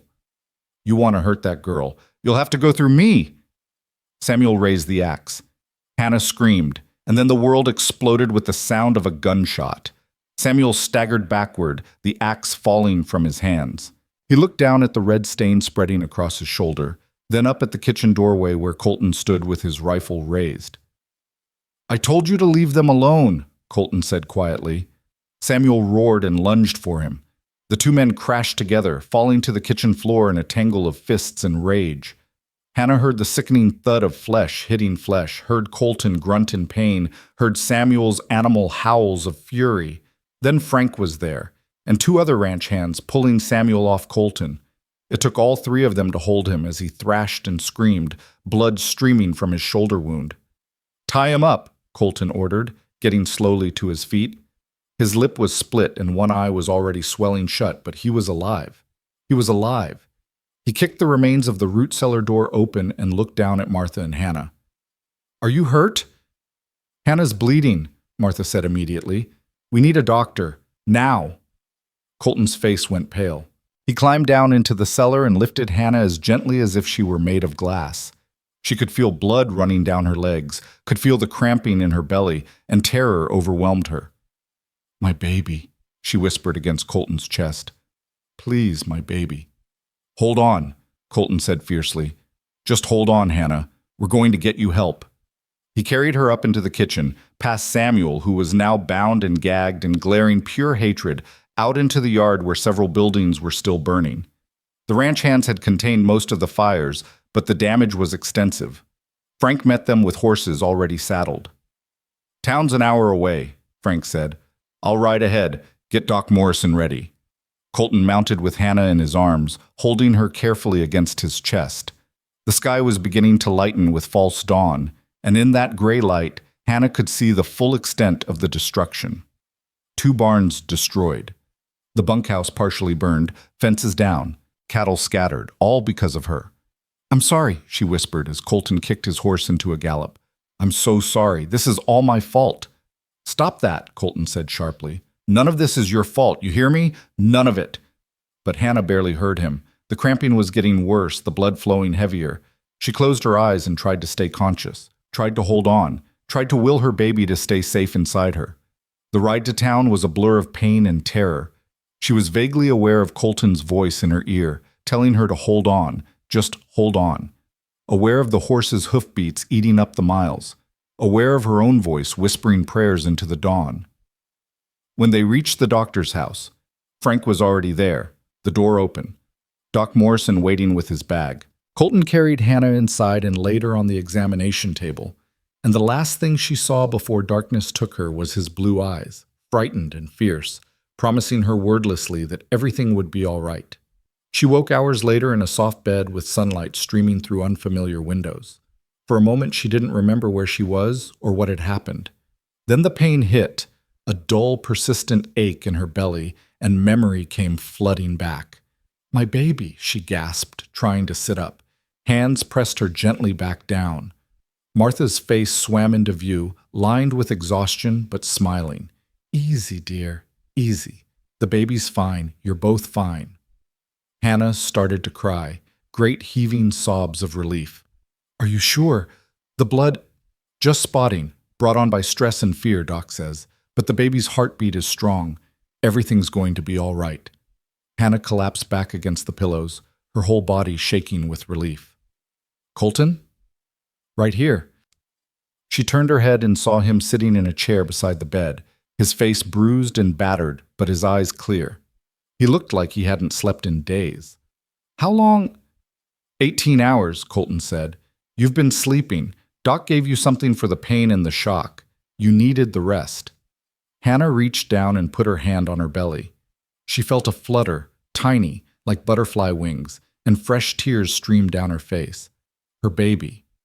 Her child. Still alive, still fighting. "Samuel?" she asked quietly. Colton's face went hard. "In jail, and this time he's not getting out. Frank and I made sure of that. We rode to Sacramento ourselves, talked to the district attorney, told him everything that happened. Every fire, every threat, every piece of property damage. And we had witnesses, ranch hands who saw the Crowells setting those fires, who heard the threats." He leaned forward, his eyes intense. "Samuel's looking at 20 years minimum, Hannah. Maybe more. And his brothers are facing charges too. It's over. It's finally over." Hannah wanted to feel relief, but all she felt was exhaustion. "Your ranch, the buildings, can be rebuilt." Colton's voice was firm. "I told you before, buildings can be replaced. You and that baby can't." He paused. "I meant what I said that first night, Hannah. You're safe now, and you're going to stay safe. I promise you that." Hannah looked at this man who'd saved her life, who'd stood between her and her destroyers, who'd risked everything to keep her and her child safe. And she realized that somewhere along the way, between that first night in the abandoned shack and this moment in the doctor's office, Colton Hayes had become more than just her protector. He'd become her hope, her anchor, her reason to believe that the future might hold something other than fear and loss. "Thank you," she whispered, her voice breaking. "For everything. For—" "Don't," Colton said gently. "You don't have to thank me. Just—" He stopped, struggling for words. "Just keep fighting. For yourself. For that baby. Promise me you'll keep fighting." Hannah put her hand over his where it rested on the edge of the bed. "I promise." And for the first time since the day the Crowells had destroyed her life, Hannah believed that promise was one she could actually keep. The trial began 3 weeks later in the Sacramento courthouse, and it was the biggest spectacle the Valley had seen in a generation. Hannah sat in the front row beside Colton, her belly round beneath her best dress, another of Sarah's that Martha had altered, and watched as Samuel Crowell was led into the courtroom in chains. He looked nothing like the man who'd terrorized her. The arrogance was gone, replaced by a hunted look that made his eyes dart constantly around the room. His shoulder was still bandaged where Colton's bullet had torn through muscle and bone, and he moved with a limp that hadn't been there before. Prison had not been kind to him. His brothers sat in the back row with their wives, their faces sullen and closed. Ruth wouldn't even look at Hannah, but Mary, poor Mary, who'd once been Hannah's friend, caught her eye for just a moment, and Hannah saw something that might have been regret flicker across her face before she looked away. The prosecutor was a sharp-faced man from Sacramento named Morrison, no relation to the useless sheriff, who had a reputation for winning difficult cases. He stood before the jury and laid out the Crowell's crimes with methodical precision. The false accusations, the assault and battery, the arson, the threats against a pregnant woman and her unborn child, the attempted murder. "This is not a case about property disputes or family disagreements," Morrison said, his voice ringing through the courtroom. "This is a case about cruelty, about a family that believed they were above the law, about a man who decided that a grieving widow's land was worth more than her dignity, her safety, or her life." Samuel's lawyer, a nervous young man who'd clearly been pressured into taking the case, tried to argue that Samuel had been defending his family's honor, that Hannah had brought shame on the Crowell name, that everything that happened was simply a matter of perspective. But his words fell flat against the mountain of evidence the prosecution presented. Colton testified first, his voice steady and clear as he described finding Hannah in the abandoned shack, the condition she'd been in, the terror in her eyes. He described the Crowell's attack on his ranch, the fires, the poisoned water, the threats. He showed the jury the crude notes that had been left, including the one threatening Hannah's unborn child. Frank testified about the barn fires and provided detailed accounts of the damage, backed up by a dozen ranch hands who'd witnessed the attacks or fought the flames. The shopkeeper from town testified about Samuel's violent temper and his habit of intimidating people who crossed him. Even the doctor who'd examined Hannah took the stand and described the physical trauma she'd endured, the risk to her pregnancy, the evidence of brutal assault. Then it was Hannah's turn. She walked to the witness stand with her head high, her hand resting protectively on her belly. She'd wrapped her hair, now grown to a short dark cap that Martha said made her look elegant, in a simple scarf, and she wore it with dignity rather than shame. Let them see what had been done to her. Let them understand. The prosecutor's questions were gentle, almost apologetic. He asked her to describe her relationship with Jacob, her marriage, her life before he died. Hannah spoke quietly but clearly, painting a picture of a simple happiness that had been stolen from her. "And after your husband's death," Morrison asked, "did you have any inappropriate relationships with other men?" "No." Hannah's voice was firm. "Never. I loved my husband. I was grieving him." "Can you tell the jury about the peddler Martin Crowell claims to have seen you with?" Hannah described the encounter exactly as it had happened. An old man, a joke, a moment of kindness. Nothing more. When she was finished, Morrison nodded and said, "And for that brief, innocent interaction, the Crowells accused you of infidelity and attacked you. Can you describe what they did?" This was the hard part. Hannah took a deep breath and forced herself to speak. She described being dragged into the yard, held down, the feel of the razor scraping across her scalp. She didn't cry. She'd cried enough over the past months, but her voice shook with the memory of that violation. "And after they assaulted you," Morrison continued, "what did they do?" "They told me I had until sundown to leave my land. They said the property was theirs now, that I had no claim to it." Hannah's hands clenched in her lap. "But that land was mine. My husband and I filed the deed together. They stole it from me." "And where was that deed, Mrs. Mercer?" "In my cabin, in the drawer where Jacob kept all our important papers." Hannah looked directly at Samuel. "Until someone took it. Until someone came into my home while I was grieving and stole the only proof I had of my ownership." Samuel's lawyer objected, claiming Hannah had no evidence the Crowells had taken the deed. But the judge overruled him, pointing out that the deed had mysteriously disappeared right around the time Hannah had been driven off her land, and that the county land office records clearly showed her name alongside Jacob's. The cross-examination was brutal.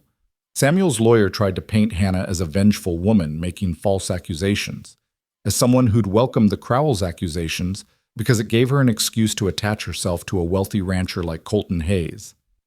He asked pointed questions about her relationship with Colton, about how quickly she'd moved into his house, about whether she'd planned all along to seduce him and secure her future. Hannah endured it with quiet dignity, answering each question truthfully. Yes, she lived at the Double H Ranch. Yes, Colton Hayes had been extraordinarily kind to her. No, there was nothing improper between them. He'd saved her life, given her sanctuary, and protected her when no one else would. That was all. Isn't it convenient, the lawyer said with a sneer, that you claim to be pregnant with your late husband's child right around the time you moved in with Mr. Hayes? How do we know that baby is really Jacob Mercer's? The courtroom erupted. Colton was on his feet, his face dark with rage. The judge banged his gavel, calling for order. And Hannah looked at that lawyer with such withering contempt that he actually took a step back. My husband died 4 months before I met Colton Hayes, she said, her voice cutting through the noise. I was already 2 months pregnant when Mr. Hayes found me in that shack. The doctor can confirm the dates. But more than that, her voice broke for the first time. More than that, how dare you? How dare you question the one good thing I have left of the man I loved? My child is Jacob's, and your client's cruelty doesn't change that. She was dismissed shortly after that, and as she walked back to her seat, she saw several jury members nodding approvingly. Samuel's lawyer had overplayed his hand, and everyone in that courtroom knew it. The trial lasted 4 days. The jury deliberated for less than 2 hours. Guilty on all counts. Samuel Crowell was sentenced to 25 years in prison for assault, arson, attempted murder, and a dozen other charges. His brothers received shorter sentences for their roles in the attacks. The judge also ordered the Crowells to pay restitution to both Hannah and Colton, a sum so large it would bankrupt the family ranch. Hannah sat in stunned silence as the verdict was read. 25 years. Samuel would be an old man when he got out, if he lived that long. His reign of terror was over. The nightmare was truly finished. Colton's hand found hers and squeezed gently. Justice, he said quietly. Finally. Hannah nodded, unable to speak past the lump in her throat. She waited for relief to flood through her, for the fear that had lived in her chest for months to finally release its grip. But all she felt was exhausted, so very tired. They stayed in Sacramento for another week while the legal paperwork was finalized.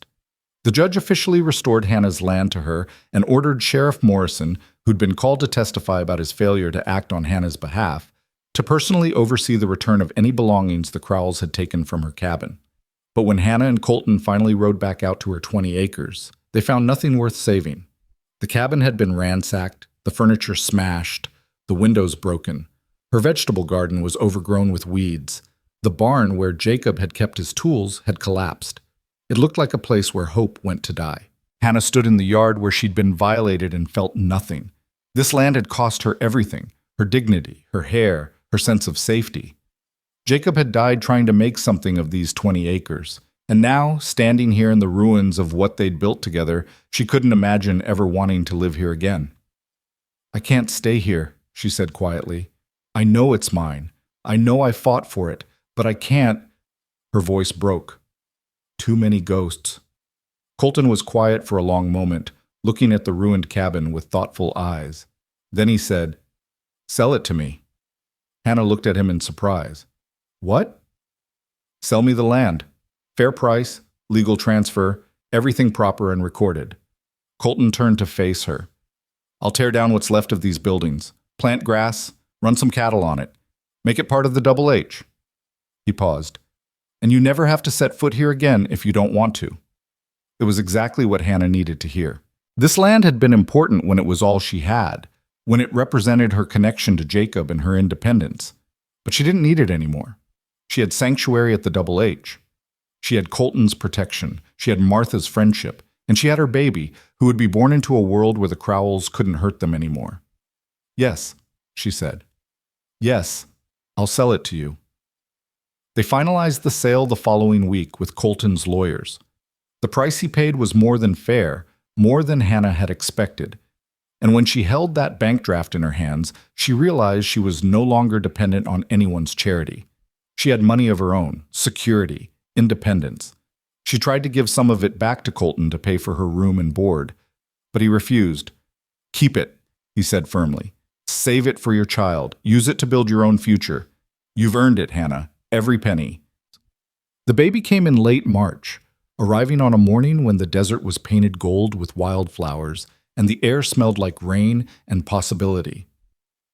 Hannah labored for 14 hours with Martha and the doctor at her side, And when her son finally slipped into the world, red-faced and screaming with the outrage of the living, she held him against her chest and wept with joy.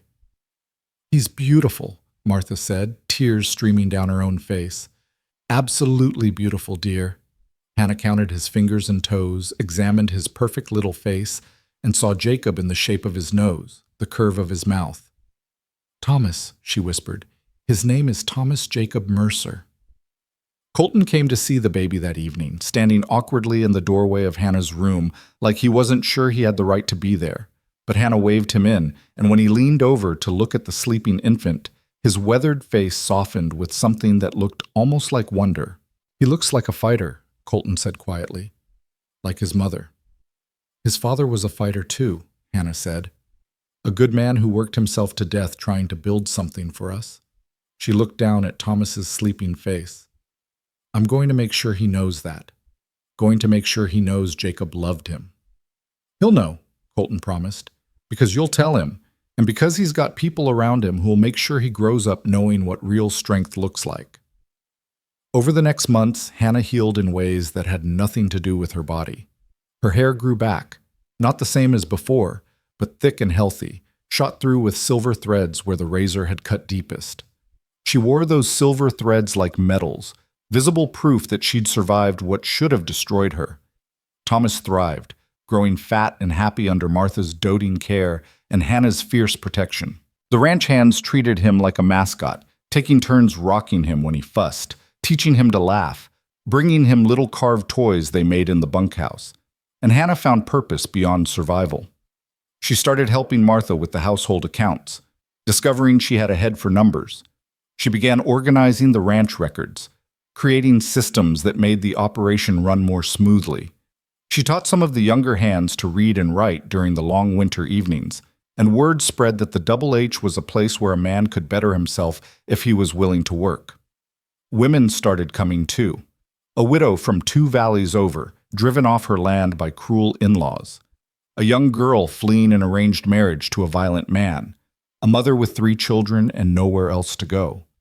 Hannah took them in, one by one, finding them work on the ranch or in town, giving them shelter until they could stand on their own feet. The Double H became known as a sanctuary, and Hannah became known as the woman who'd stood up to the Crowells and won. Her story spread through the territory, embellished and exaggerated with each telling, but always ending the same way, with justice and survival and the promise that cruelty wouldn't always triumph. One evening in late autumn, nearly a year after Samuel's trial, Hannah was sitting on the porch with Thomas on her lap when Colton came to join her. He'd been in Sacramento for 2 weeks dealing with business, and she'd surprised herself by how much she'd missed him, missed their evening conversations, the comfortable silence they could share, the way he made her feel safe without making her feel weak. "Welcome back," she said with a smile. "How was your trip?" "Productive." Colton sat down in the chair beside hers, his movements stiff with exhaustion. "Signed some new contracts, met with the lawyers, dealt with some banking business." He paused. "And I heard something interesting." "Oh?" "They're organizing a women's advocacy group in the city. Ladies who want to change the laws around property rights, marriage, custody." Colton looked at her thoughtfully. "They heard about your case, about what happened and how you fought back. They want you to come speak." Hannah's first instinct was to refuse. The thought of standing in front of a crowd of strangers and reliving her worst moments made her stomach clench with anxiety. But then she looked down at Thomas, who was chewing contentedly on his fist, and thought about all the other women out there who might be suffering what she'd suffered, who might need to know that survival was possible, that justice, though rare, could still be won. "I'll think about it," she said quietly. Colton nodded, clearly expecting that answer. They sat in companionable silence for a while, watching the sun paint the sky in shades of orange and purple. Then Colton said very carefully, "Hannah, there's something I need to talk to you about." The seriousness in his tone made her look up. "What is it?" "You've been here almost a year now, and in that time—" He stopped, struggling for words in a way she'd never seen him struggle before. "You've become essential to this place, to me. You run the household better than it's been run since Sarah died. You've turned this ranch into something more than just a business. You've made it a home." Hannah's heart started beating faster. Colton, let me finish. He turned to face her fully, his blue eyes intense. I'm not good with words, Hannah. Never have been. But I need you to know that what I'm about to say isn't coming from pity or obligation. It's coming from, he took a breath, from respect and admiration, and something more that I'm not sure I have the right to name. Hannah couldn't breathe, couldn't move, could only stare at him as he continued. I think you should stay here permanently, not as a guest or a charity case, but as my partner in running this ranch. I want to put your name on the deed alongside mine. I want to make it legal and proper so that if anything happens to me, you and Thomas are protected. He paused. And eventually, when enough time has passed, when you're ready, I'd like to court you properly. The way you deserve to be courted. The words hung in the air between them like a promise. Hannah's eyes filled with tears, but they weren't tears of grief this time. They were something else entirely. You want to court me? Her voice came out barely above a whisper. Why? Because you're the strongest person I've ever met, Colton said simply. Because you survived something that should have destroyed you, and came out the other side not bitter, but kind. Because you make me want to be a better man. Because when I look at you, I see... He stopped, his voice rough with emotion. I see possibility. I see a future I didn't think I'd ever have again. Hannah looked down at Thomas, then back at Colton. This man had saved her life, had stood between her and destruction, had given her sanctuary and safety and a reason to keep fighting. And somewhere along the way, without her quite realizing it, he'd become more than just her protector. He'd become her friend, her partner. The person she thought of first when something good happened and last before she fell asleep at night. I'm not who I was before, Hannah said quietly. The girl who married Jacob, she's gone, Colton. What they did to me changed me in ways I'm still discovering. I know. Colton's voice was gentle. I'm not the same man I was before Sarah died either. Loss changes us. Cruelty changes us. But maybe... He reached over and carefully took her hand. Maybe two changed people can build something new together. Something that honors what we lost while still looking forward to what we might have. Hannah thought about Jacob, about the love they'd shared and the life they'd planned. She thought about the woman she'd been, young and naive and full of simple dreams. That woman was gone. But in her place was someone stronger, someone who'd stared down cruelty and refused to break, someone who'd built sanctuary from ashes. And maybe that woman deserved happiness too, deserved a second chance, deserved to reach for something beyond mere survival. Yes, she said softly. Yes, I'll stay. Yes, you can court me. She paused, then added with a tremulous smile, but we do this slowly, properly. I need time to... All the time you need, Colton interrupted. I'm not going anywhere, Hannah. Neither are you. We've got nothing but time. The courting was indeed slow and proper. Colton brought her flowers from the meadow. They took long walks together in the evenings with Thomas toddling between them. He told her stories about Sarah, and Hannah told him stories about Jacob, and they built a foundation of honesty and shared grief that was stronger than any foundation built on pretense or passion alone. The valley watched and whispered, as valleys do. Some said it was too soon, that Hannah should have mourned longer.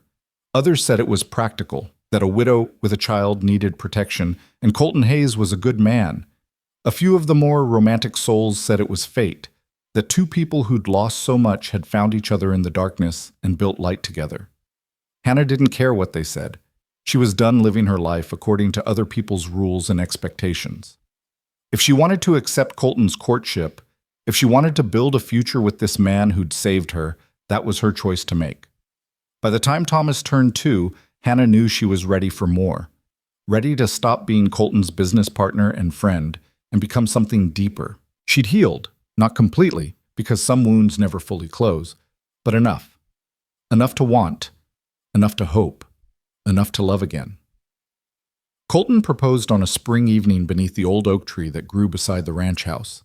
It was the same tree where he used to sit after Sarah died, he told her. The place where he'd mourned what he'd lost and convinced himself he'd never love again. But then you came into my life, he said, down on one knee in the grass with Thomas watching wide-eyed from Martha's arms on the porch. And you reminded me that endings aren't the only story. That sometimes, if we're brave enough, we get second chapters, new beginnings. He held out a simple gold band, not expensive, but honest. Marry me, Hannah.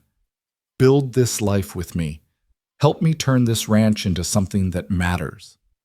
Hannah looked down at him through tears of joy. Yes, she said. Yes, I'll marry you. They married in June, a small ceremony in the valley with just the ranch hands and a few friends from town. Hannah wore a dress Martha had sewn, pale blue like the morning sky, and Colton wore his best suit with his silver bolo tie.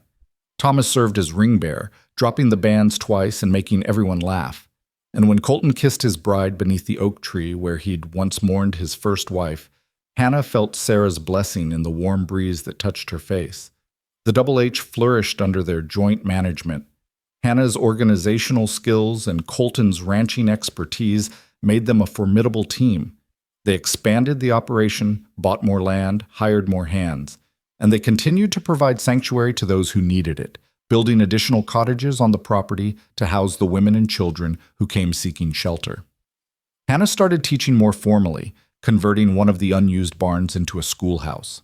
She taught reading and writing and arithmetic to ranch children and to the women who'd never had the chance to learn. She taught them to keep accounts, to understand contracts, to know their legal rights. She taught them to be strong, and she wrote. Late at night, after Thomas was asleep and Colton was reviewing the next day's work, Hannah wrote her story. Not the sanitized version people told in town, but the true version, the terror and the pain and the violation, but also the survival and the justice and the rebuilding. She wrote about what it felt like to have your identity stripped away. She wrote about finding strength in darkness. She wrote about second chances and the people who make them possible. The manuscript grew slowly over 2 years, written in careful longhand in a leather journal Colton gave her for her birthday. When it was finally finished, Hannah had no plans to publish it. It had been cathartic to write, but she wasn't sure anyone would want to read about such dark things.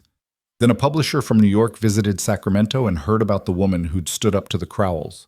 He sought her out, read her manuscript, and offered to publish it. The book, titled Sanctuary, A Widow's Journey from Darkness to Dawn, became a sensation. Women across the country wrote to Hannah, sharing their own stories of abuse and survival. Some wanted advice. Some wanted hope. Some just wanted to know they weren't alone. Hannah answered every letter, her responses growing into a regular correspondence that took up hours of her time but filled her with purpose. The book caught the attention of reformers in Washington. Susan B. Anthony herself wrote to Hannah, praising her courage and inviting her to speak at a suffrage convention. Elizabeth Cady Stanton cited Hannah's case in arguments for changing property laws. And eventually, years later, some of those arguments would help shape new legislation protecting women's rights to own property, to keep their earnings, to maintain custody of their children. But Hannah's greatest achievement wasn't political or literary. It was personal and immediate and visible every day on the Double H Ranch. By the time Thomas was 5, the ranch had become legendary throughout the territory. Women traveled for days to reach it, bringing their stories of abuse and abandonment and loss. Some stayed for weeks, learning trades and saving money. Others stayed for months, healing wounds that went deeper than skin. A few stayed permanently, finding work and purpose and community. Hannah built a school that served 50 children. She established a lending library in town. She funded a legal aid clinic that helped poor women navigate the court system. And she did it all while raising Thomas and, eventually, the 3 more children she and Colton had together, 2 daughters and another son, each one adding to the noisy, loving chaos of their household. The Crowells faded into memory. Samuel died in prison of pneumonia after serving only 8 years of his sentence. His brothers were released eventually, broken men who sold what remained of their land and moved east. The valley forgot them, or if not forgot, then relegated them to cautionary tale status. Don't end up like the Crowells became shorthand for don't let cruelty consume you. And through it all, Hannah's hair, grown back fully now, thick and dark with those silver threads running through it, became a symbol. Not of shame, but of survival. She never hid it, never apologized for it. The silver was part of her story, part of her strength, When young women came to the ranch, shorn and ashamed and convinced their lives were over, Hannah would take off her scarf and show them her own scars. "This is what cruelty looks like," she'd say gently, running her hand over the silver threads. "But it's also what surviving looks like, what healing looks like, what refusing to let them win looks like." She'd take their hands and look them in the eyes. "You're not alone. You're not ruined. You're just beginning." Years passed. Thomas grew into a fine young man who became a lawyer, dedicating his practice to defending the defenseless. Hannah's daughters became teachers and advocates in their own right. Her youngest son took over management of the ranch, running it with the same principles his parents had established. And Hannah became a legend. Not the embellished, exaggerated legend that gossip creates, but something truer and more lasting. She became proof that cruelty doesn't have to win, that broken things can be rebuilt, that women who are told they're ruined can instead become foundations on which others build their strength.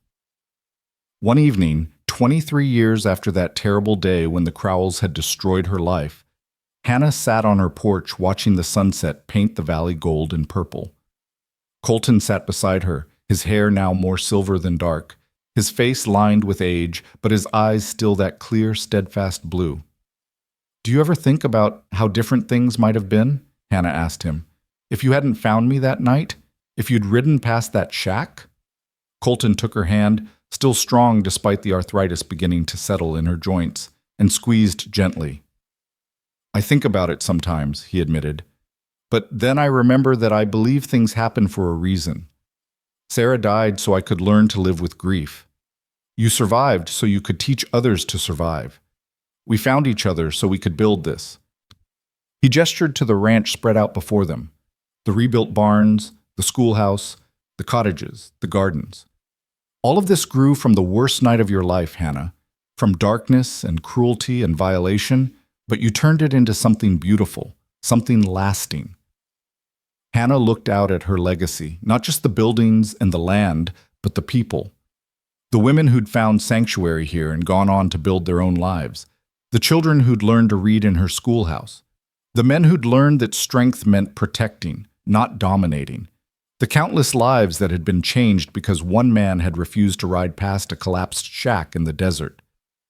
"I couldn't have done any of it without you," she said softly. "Yes, you could have." Colton's voice was firm. "You're the strongest person I've ever known, Hannah Hayes. You would have survived with or without me, but I'm grateful I got to be part of your story, got to watch you turn ashes into empire, got to love you." Hannah leaned her head against his shoulder and watched the sun sink below the horizon. Somewhere in the valley, a young widow was probably crying herself to sleep, convinced her life was over. Somewhere, a woman was being told she was worthless. Somewhere, cruelty was happening in the darkness. But here, on the Double H Ranch, light was pushing back against that darkness. Hope was being built from ruins.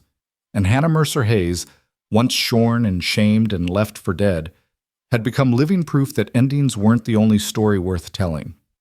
Sometimes, if you were brave enough, if you held on long enough, if you let good people help you, you got second chapters. You got justice, you got healing, you got home. The sunset that evening seemed to last forever, as if the sky itself wanted to hold on to the light just a little longer. Hannah and Colton sat in companionable silence, their hands intertwined, watching the colors deepen and shift. They'd shared thousands of evenings like this over the past 2 decades, and Hannah never took a single one for granted. Each peaceful moment was a gift she'd once thought she'd never receive again. A rider appeared on the eastern road just as the last rays of sun touched the ridge. Hannah recognized Martha's grandson, Billy, who worked as a hand on the ranch now. He was riding fast, too fast for a casual evening return, and Hannah felt a familiar flutter of anxiety in her chest. Even after all these years, even with the Crowells long gone, unexpected riders still made her nervous. Colton stood as Billy reined in his horse at the porch, dust swirling around the animal's hooves. "What is it, son?" he asked calmly.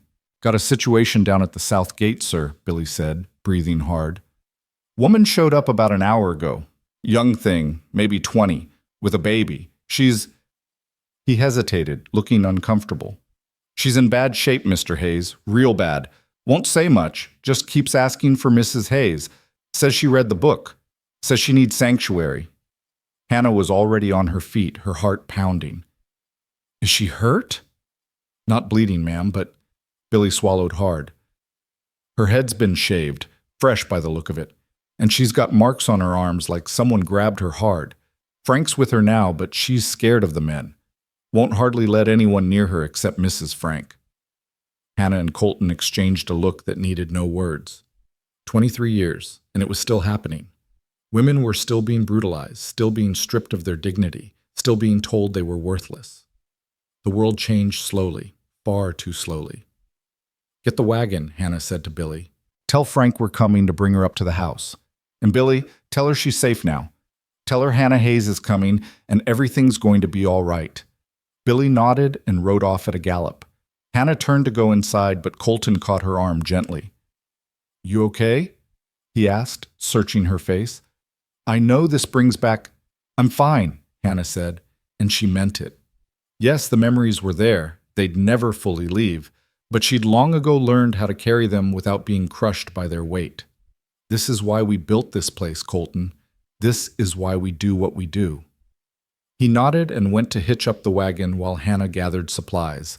Clean clothes, food, water, bandages, salve for wounds. Martha appeared in the kitchen, already knowing what was needed without being told. They'd done this dance dozens of times over the years. Another one? Martha asked quietly, her face lined with sorrow and determination in equal measure. Another one, Hannah confirmed. Young, with a baby, fresh shaved. Martha's mouth tightened into a grim line. Some things never change fast enough. She handed Hannah a basket packed with food. But at least she found us. At least she knew where to come. They took the wagon south, Colton driving, while Hannah sat beside him, her mind already working through what would need to be done. The woman would need medical attention first, both physical and mental. She'd need clean clothes, a safe room, time to sleep without fear. She'd need to know she wasn't alone. And eventually, when she was ready, she'd need to decide what came next. The South Gate was one of the newer additions to the ranch, built 5 years ago when they'd expanded the property boundaries. Frank waited there with 2 other hands, all of them standing at a respectful distance from a small figure huddled on the ground beside a horse that looked ready to collapse. Hannah was out of the wagon before it fully stopped, her feet hitting the ground with practiced ease despite her 50 years. She approached slowly, hands visible, movements calm and non-threatening. She'd learned over the years that women in this state needed to see you coming, needed to know you weren't going to grab them or hurt them or force them into anything. Hello, Hannah said softly when she was about 10 feet away. My name is Hannah Hayes. You asked for me. The figure looked up and Hannah's heart broke all over again. She couldn't have been more than 20, with a thin, hollow face and eyes that had seemed too much too young. A dirty shawl covered her head, but Hannah could see the telltale stubble beneath it, could see the raw patches where a razor had cut too deep. In her arms, she clutched a baby who couldn't have been more than 6 months old, wrapped in a blanket so worn it was practically transparent. I read your book, the woman whispered, her voice hoarse and broken. I didn't know where else to go. They said you'd help. They said you'd understand. I do understand, Hannah said gently, taking another step closer. And I will help. But first, let's get you and your baby somewhere warm and safe. Can you tell me your name? The woman hesitated, then said, Clara Bennett. This is my son, James. It's good to meet you, Clara. And James. Hannah gestured to the wagon. That's my husband, Colton. He's going to drive us up to the house. Martha, that's our housekeeper. She's got hot food waiting and a room all ready for you. Will you come with us? Clara's eyes darted to Colton, then to the ranch hands, fear flashing across her face. Hannah understood that fear, remembered it viscerally. After what had been done to her, trusting men, any men, must feel impossible. The men won't come near you unless you want them to, Hannah said firmly. I promise you that. On this ranch, you decide who approaches you and when. You're in control here, Clara. Always. Something in Clara's face crumbled at those words. Tears started streaming down her cheeks, and she nodded mutely. Hannah helped her stand. She was shaking so badly she could barely walk, and got her into the wagon. Clara clutched baby James like he was the only solid thing in a collapsing world, and Hannah wrapped a blanket around both of them before climbing in beside them. The ride up to the house was silent except for James's occasional whimper. Clara stared straight ahead, her body rigid with terror and exhaustion. Hannah didn't push for conversation. There would be time for stories later, time for explanations and decisions and planning. Right now, Clara just needed to survive the next hour, and then the next, and then the next. Martha met them at the house with her usual efficiency, ushering Clara inside and up to one of the guest rooms while Hannah followed with supplies. They got Clara and James cleaned up, fed, and settled into bed. Clara ate mechanically, like she'd forgotten what food tasted like. James nursed and fell asleep almost immediately, and Clara held him against her chest like she was afraid someone would take him away. "Sleep now," Martha said gently, tucking the quilts around them both. "You're safe here. The door locks from the inside, and no one will disturb you until you're ready." "What if they come for me?" Clara whispered, her eyes wide with terror. "What if they find me here?" "Then they'll have to go through me," Hannah said, sitting on the edge of the bed. She reached up and slowly removed her own scarf, revealing her hair with its distinctive silver threads. Clara's eyes went wide. "You see these?" Hannah touched the silver. "These are from the day men held me down and shaved my head for the crime of being kind to a stranger. That was 23 years ago, Clara, and I'm still here. I survived, I healed, and I built this place so other women wouldn't have to face what I faced alone." Clara stared at the silver threads like they were sacred relics. "They really don't go away?" she whispered. "The silver? No. But that's all right." Hannah smiled gently. "Because they're not marks of shame. They're proof that I survived, that I refused to let cruelty win. And your marks, however long they last, they'll be proof of the same thing, proof that you're stronger than what was done to you." Fresh tears spilled down Clara's cheeks. "I don't feel strong. I feel like I'm broken into pieces." "I know," Hannah said softly. "I felt that way too. But broken things can be mended, Clara. And sometimes the mended places are stronger than the original. You just need time and safety and people who believe in you." She paused. "You have all three of those things now, for as long as you need them." Clara nodded and closed her eyes, exhaustion finally claiming her. Hannah and Martha left her sleeping, locked safely in her room with her son in her arms, and went downstairs where Colton was waiting. "How bad?" he asked quietly. "Bad enough," Hannah said, sinking into her chair with a sigh. "She's terrified, traumatized, and she's got a baby to protect. We'll need the doctor to check them both tomorrow.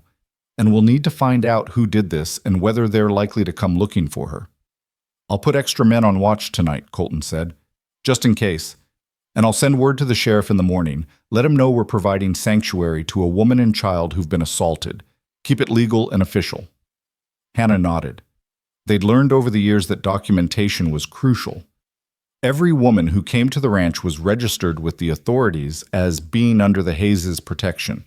It didn't always stop abusers from trying, but it gave them legal standing when they did. She didn't sleep well that night, her old nightmares mixing with new worries about Clara. When dawn finally broke, Hannah was already awake and dressed, heading to the kitchen to help Martha prepare breakfast. Clara's door was still locked when Hannah checked, which meant she was either still sleeping or too afraid to come out. Around 9 o'clock, Hannah knocked softly on Clara's door. "It's Hannah. I've got breakfast if you're hungry." A long pause, then the sound of the lock turning. Clara opened the door a crack, her eyes red and swollen from crying. "Is it safe?" she whispered. "It's safe," Hannah promised. "Come down when you're ready. No rush." Clara appeared in the kitchen 20 minutes later, James in her arms, her shawl pulled low over her stubbled head. She looked around nervously, relaxing slightly when she saw it was just Hannah and Martha. "The men are all out working the ranch," Hannah explained, setting a plate of eggs and toast in front of Clara. "They know not to come to the house unless specifically invited. You won't see them unless you want to." Clara ate slowly, watching Hannah and Martha with the wary eyes of someone who'd been betrayed too many times. But gradually, as the morning wore on, she began to relax. James woke and fussed, and Martha showed Clara the nursery they maintained for situations like this, full of donated clothes and toys and everything a baby might need. It was late afternoon before Clara finally told her story. They were sitting on the porch, just the women, no men in sight, with James playing on a blanket at their feet. Clara's hands twisted in her lap as she spoke, her voice flat and distant like she was talking about someone else's life. She'd been married at 18 to a man twice her age, a farmer with land and money and a reputation for being respectable. But behind closed doors, he was cruel, controlling, violent when she didn't obey quickly enough. When James was born, Clara had hoped things would get better. Instead, they got worse. "He said I was a bad mother," Clara whispered. "Said I was ruining James, making him weak. When I argued with him about how he was treating our son, Her voice broke. "He held me down. His brothers helped, and they shaved my head. Said a disobedient wife needed to be marked so everyone would know what she was." Hannah's hands clenched into fists, her nails digging into her palms. The same story, the same cruel pattern. 23 years, and men were still using humiliation and violence to control women who dared to have opinions. "I ran," Clara continued. "Waited until he and his brothers went to town, then I took James and our horse and I ran. I didn't have a plan, didn't know where to go. Then I remembered your book. My sister had a copy, read passages to me since I can't read well myself. She told me about this place, about how you help women like me." She looked up, tears streaming down her face. "Is it true? Can you really help me? Or will they come and take me back and—" "No one is taking you back," Hannah said firmly. She reached over and took Clara's hands. "Listen to me, Clara. What was done to you was assault. It was illegal. And your husband has no right, none, to hold you against your will, or to humiliate you, or to hurt you. Do you understand?" Clara shook her head helplessly. "But he's my husband. The law says—" "The law is changing," Hannah interrupted. "Slowly, too slowly. But it's changing. And in this territory, we have protections now. Women can leave abusive marriages. They can seek divorce on grounds of cruelty. They can keep custody of their children." She squeezed Clara's hands. "I have lawyers, Clara, good ones. They've helped dozens of women leave situations like yours. If you want to fight this, if you want to be free of him, we can make that happen." Hope flickered in Clara's eyes, fragile and desperate. "Truly?" "Truly," Hannah promised. "But it won't be easy. Your husband will fight back. He'll call you names, spread rumors, try to destroy your reputation. You'll have to be brave, and you'll have to be patient. But if you're willing to do the work, I'll walk every step of this journey with you. You won't be alone." Clara looked down at James, who was gurgling happily on his blanket, oblivious to the storm surrounding his young life. Then she looked back at Hannah, and something shifted in her face. The fear was still there, but underneath it, Hannah could see the first stirrings of determination. "I want to fight," Clara said quietly. "I want James to grow up knowing his mother was brave, that she didn't just accept what was done to her." Her voice grew stronger. "I want to be like you, Mrs. Hayes. I want to survive this." "Then you will," Hannah said with absolute certainty. "Because wanting to survive is the first step, and every step after that we'll take together." Over the next weeks, Clara's case unfolded with painful familiarity. Her husband showed up at the ranch 2 days after she arrived, drunk and belligerent, demanding his wife be returned to him. Colton met him at the gate with 10 armed men and turned him away with a warning that came back again. He'd be arrested for trespassing. The husband went to the sheriff, who, unlike the corrupt sheriff of Hannah's time, actually did his job. He came to the ranch, spoke with Clara privately, examined the evidence of assault, and filed charges. The husband was arrested, posted bail, and immediately hired a lawyer who argued that a man had the right to discipline his wife as he saw fit. But times had changed, even if not as much as Hannah would have liked. The judge, a fair-minded man who'd presided over dozens of cases brought by women from the Double H, ruled that assault was assault regardless of marital status. Clara was granted a legal separation, temporary custody of James, and a restraining order preventing her husband from coming within a mile of her or the child. The husband violated that order 3 times. The 3rd time, he was sentenced to 6 months in jail, and Clara was granted a divorce on grounds of extreme cruelty. The Double H's lawyers helped her file for full custody, and when the case went to trial, Hannah testified on her behalf. So did Martha. So did a dozen other women who'd found sanctuary on the ranch and gone on to build successful lives. The judge awarded Clara full custody and ordered her ex-husband to pay monthly support for James. It was a landmark ruling, one that would be cited in future cases across the territory. But more important than the legal victory was what happened to Clara herself. She stayed at the ranch for 8 months, healing slowly, learning to trust again. Hannah taught her to read and write properly, opening up a world Clara had never been able to access. Martha taught her to cook and manage household accounts.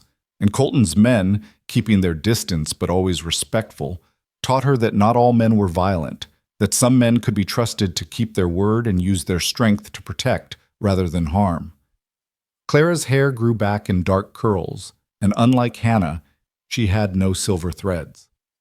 "Does that mean I'm not as strong as you?" she asked one evening, running her hand over her short curls. "It means your journey is different from mine," Hannah said with a smile. "The silver isn't what makes me strong, Clara. The strength was always inside me. The silver just marks the day I found it." She touched Clara's shoulder.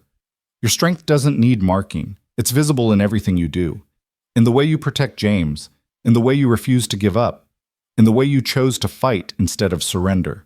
Eventually, Clara moved into one of the cottages on the ranch property and took a job teaching the youngest children in Hannah's school. She was patient and kind, and the children loved her. She never remarried, but she built a good life for herself and James, a life filled with purpose and community and the knowledge that she was valued. She was just one of dozens of women whose lives intersected with Hannah's over the years. Some stayed at the ranch for weeks, others for months, a few forever. Each one had her own story, her own wounds, her own path to healing. And Hannah walked beside them all, her silver-threaded hair a visible reminder that survival was possible, that broken things could be mended, that cruelty didn't have to have the final word. Thomas grew up and became exactly the kind of lawyer the territory needed, fierce in defense of the defenseless, uncompromising in pursuit of justice. He took on cases no one else would touch, representing the poor and the powerless, and the people society had decided weren't worth protecting. He married a school teacher named Sarah, named after the grandmother she'd never met, and they had 4 children who grew up knowing that family meant standing up for what was right, no matter the cost. Hannah's daughters, Elizabeth and Catherine, became teachers and advocates, carrying their mother's mission forward into a new generation. Elizabeth founded a women's college in Sacramento where women could study law, medicine, and business. Catherine became a traveling lecturer, speaking across the country about property rights and marriage reform and the need for women's suffrage.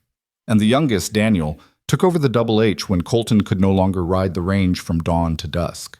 He ran it with the same principles his parents had established, maintaining the sanctuary for women while also building the ranch into one of the most prosperous operations in the West.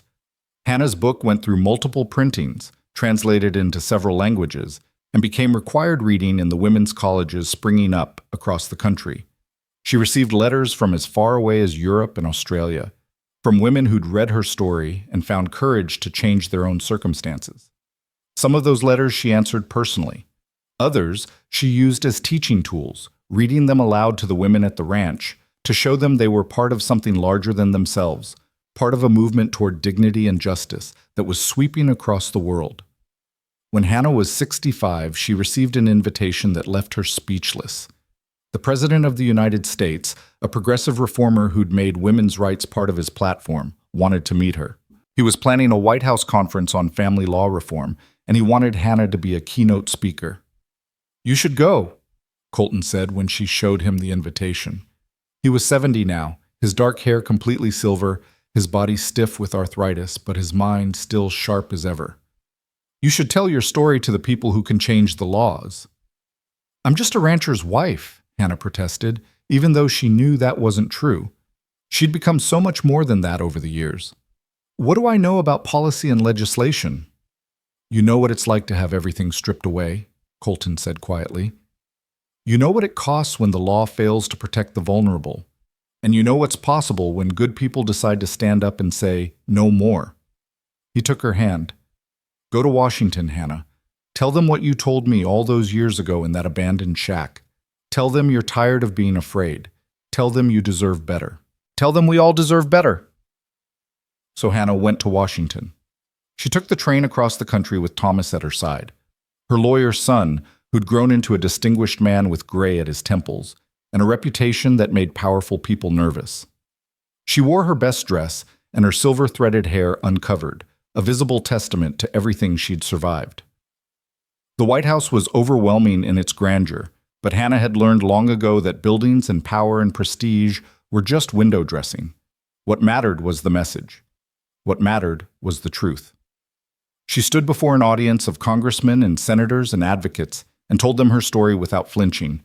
She described being held down in the Nevada dust while they scraped away her dignity with a razor. She described the violation, the shame, the way she'd been cast out to die in the desert. She described Colton finding her and the choice he'd made to help rather than ride past. And she described what she'd built from those ashes. A sanctuary that had saved hundreds of lives, a school that had educated thousands, a model for what was possible when people decided that cruelty wasn't acceptable. "The law failed me," she said, her voice ringing through the chamber. "The sheriff did nothing. The courts did nothing. The only thing that saved me was one good man who decided that justice mattered more than convenience." She paused, looking around at the assembled politicians. But women shouldn't have to depend on finding one good man. They shouldn't have to hope that someone decent happens to ride by their abandoned shack. They should have the protection of law, the support of society, the guarantee that their government will stand between them and the people who want to destroy them. The speech was reprinted in newspapers across the country. It became a rallying cry for reformers and a handbook for advocates. And slowly, painfully slowly, it contributed to real change. New laws were passed protecting women's property rights. Divorce laws were reformed to allow women to leave abusive marriages. Child custody laws were rewritten to consider the best interests of the child rather than automatically awarding custody to fathers. It wasn't enough. It was never enough. But it was progress. It was movement in the right direction. Hannah returned to the Double H a week later to find the entire ranch assembled to greet her. The hands had strung up banners. Martha had baked her famous apple pie. And Colton stood on the porch with tears in his eyes, so proud he could barely speak. "You did it," he said when she climbed down from the wagon. "You took what they tried to use to destroy you and turned it into a weapon for good." Hannah looked around at the ranch, at the rebuilt barns and the schoolhouse and the cottages full of women learning to be strong. She looked at her children and grandchildren, at Martha and Frank and the dozens of ranch hands who'd become family over the years. And she looked at Colton, her partner and protector, and the man who'd given her a reason to keep fighting when she'd been ready to give up. "We did it," she corrected gently. "All of us together. Because that's how real change happens. Not through one person's heroism, but through communities deciding that enough is enough. Through people choosing compassion over cruelty, justice over convenience, hope over despair." The years after Washington were good ones. Hannah continued her work at the ranch, though she delegated more to the younger generation as age caught up with her. Her joints ached in cold weather, and she couldn't ride as long or work as hard as she once had. But her mind stayed sharp and her purpose never wavered. She was 73 when the telegram came from Sacramento. Samuel Crowell had died in prison of heart failure. He'd served 15 years of his sentence, a broken old man who'd outlived his brothers and his wife, and everyone who might have mourned him. The prison warden, following protocol, had notified Hannah as the victim in his case. Hannah read the telegram twice, waiting for some feeling to emerge. Relief, maybe. Satisfaction. Even grief for the waste of a human life. But all she felt was a vast, echoing emptiness. Samuel Crowell had stolen so much from her, her hair, her dignity, her sense of safety. But in the end, he'd lost everything while she'd built an empire. His cruelty had consumed him while her survival had become legendary. "Is it wrong that I feel nothing?" she asked Colton that evening on their porch. It was summer, and the air smelled like sage and dust and the possibility of rain. "I don't think it's wrong," Colton said thoughtfully. "I think it's healthy. He doesn't deserve your emotions anymore, Hannah. Not your anger, not your grief, not even your satisfaction. He's just gone, erased. And you're still here, still building, still changing lives. That's victory enough." Hannah nodded slowly. Colton was right, as he so often was. The real victory wasn't in Samuel's death. It was in every woman who'd found sanctuary at the Double H, every child who'd learned to read in her school, every law that had been changed because someone had spoken up, every life that was better because cruelty had been met with compassion instead of more cruelty. One evening, nearly 50 years after that terrible day when her life had been destroyed, Hannah sat on her porch with Colton and watched a young woman arrive at the south gate. Even from this distance, Hannah could see the familiar signs, the way the woman hunched in on herself, the shawl pulled low over her head, the desperation in the way she kicked her horse forward. "Another one," Hannah said quietly. "Another one," Colton agreed. He was 85 now, frail and slow but still present, still aware. "Are you going to go down?" Hannah started to stand, but her granddaughter Elena was already running across the yard. Elena had grown up on the ranch, had learned from childhood what the sanctuary meant and how to help the women who came seeking it. She was 25 now, training to be a doctor, determined to provide medical care to women who couldn't afford it or were too ashamed to seek it from male physicians. Hannah watched Elena approach the new arrival with the same gentle care Hannah had shown Clara all those years ago. Watched her help the woman dismount, wrap a blanket around her shoulders, speak quiet words of comfort. The torch was passing to a new generation, as it always did. The work would continue long after Hannah was gone. "I think I'm ready to rest," Hannah said softly to Colton. Not die, she wasn't ready for that yet, but rest. Let the younger ones carry more of the burden.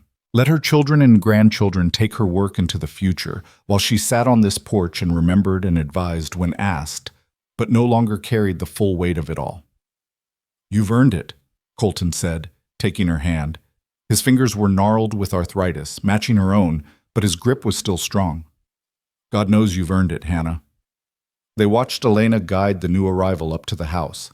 As the woman got closer, Hannah could see her face, young, terrified, her head freshly shorn in the same brutal way Hannah's had been 5 decades ago.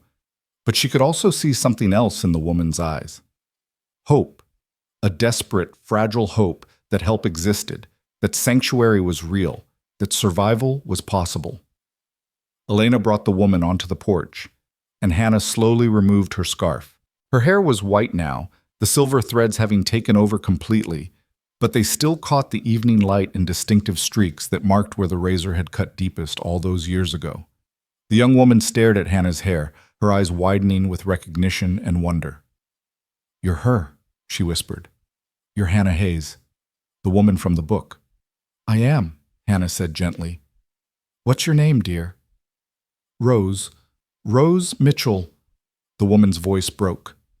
They said I was worthless. Said I deserved what they did. Said no one would help me, that no one would care. But then I remembered your story. And I thought, I hoped. Hannah stood with effort, her old bones protesting, but her spirit as strong as ever. She took Rose's hands in hers and looked directly into her eyes. "You hoped right," she said firmly. "You're safe now. You're coming with me. And we're going to make sure that what happened to you never defines you. That you survive this. That you thrive."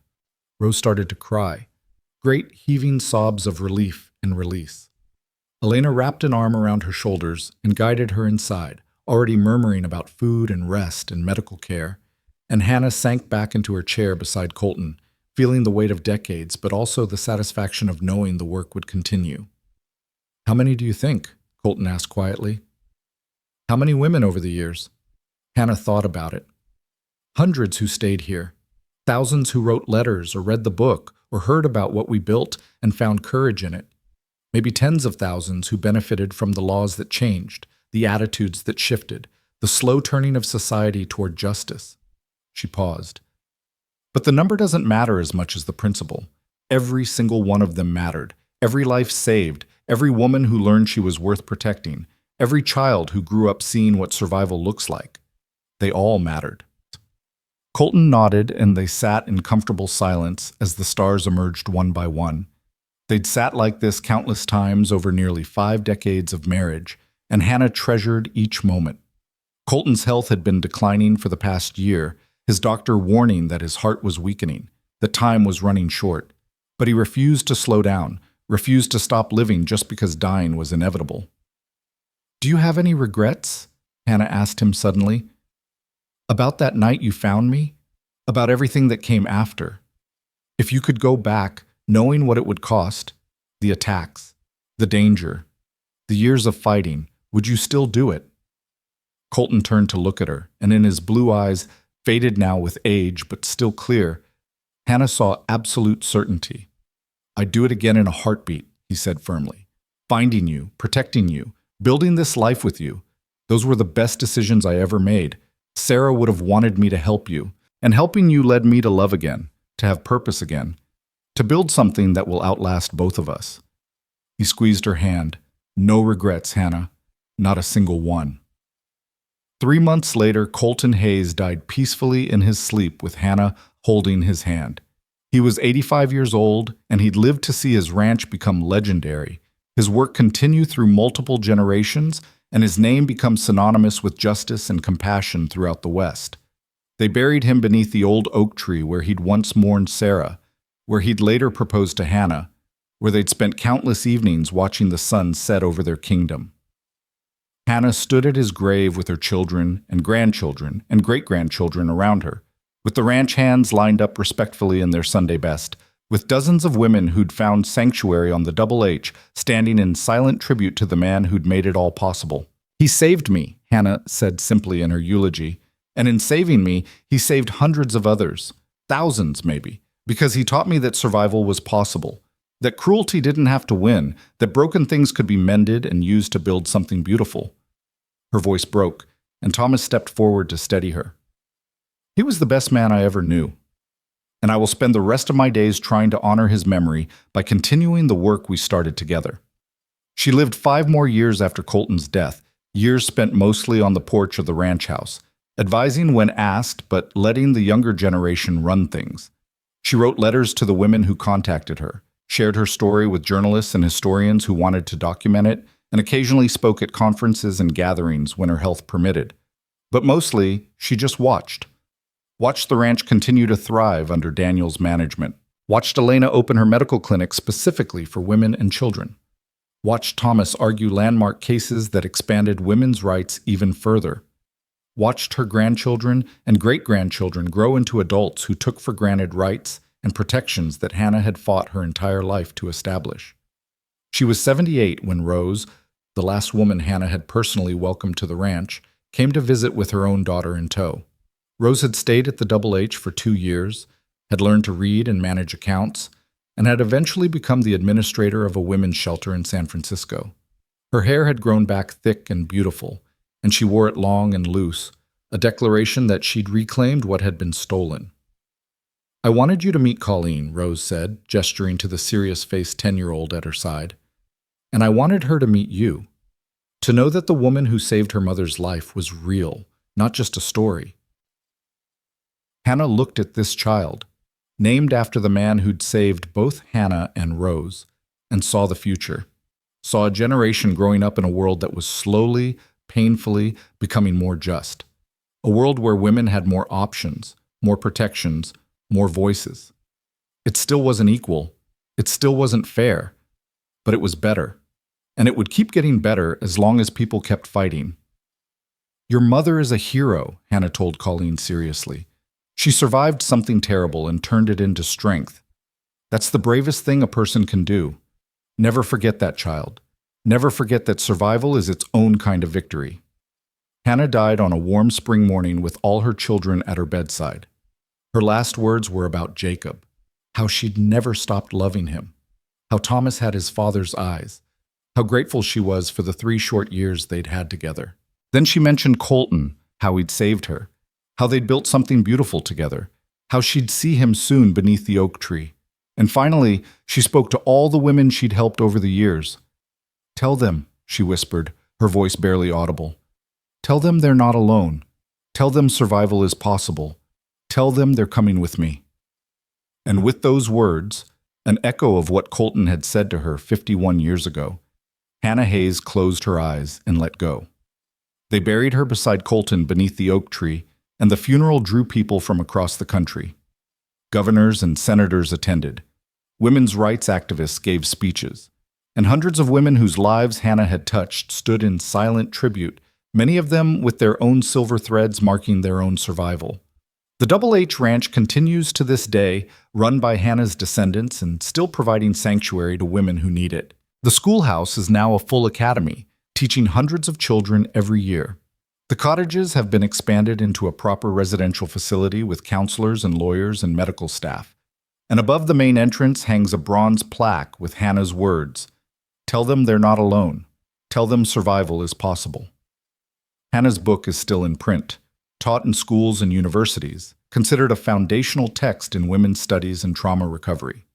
Her story has been adapted into plays and films, though Hannah herself always insisted the real story was in the lives that were changed, not in her personal suffering. But perhaps the greatest legacy is simpler than any of that.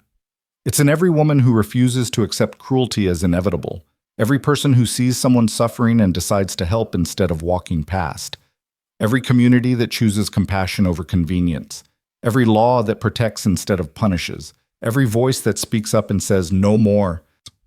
Hannah Mercer Hayes was shorn and shamed and left for dead in the Nevada desert in 1877. She was supposed to disappear into history as just another woman destroyed by cruel men. But she survived. She fought back.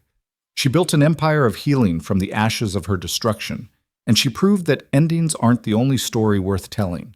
Sometimes, if you're brave enough, if you hold on long enough, if you let good people help you, and then you help others in turn, you get second chapters.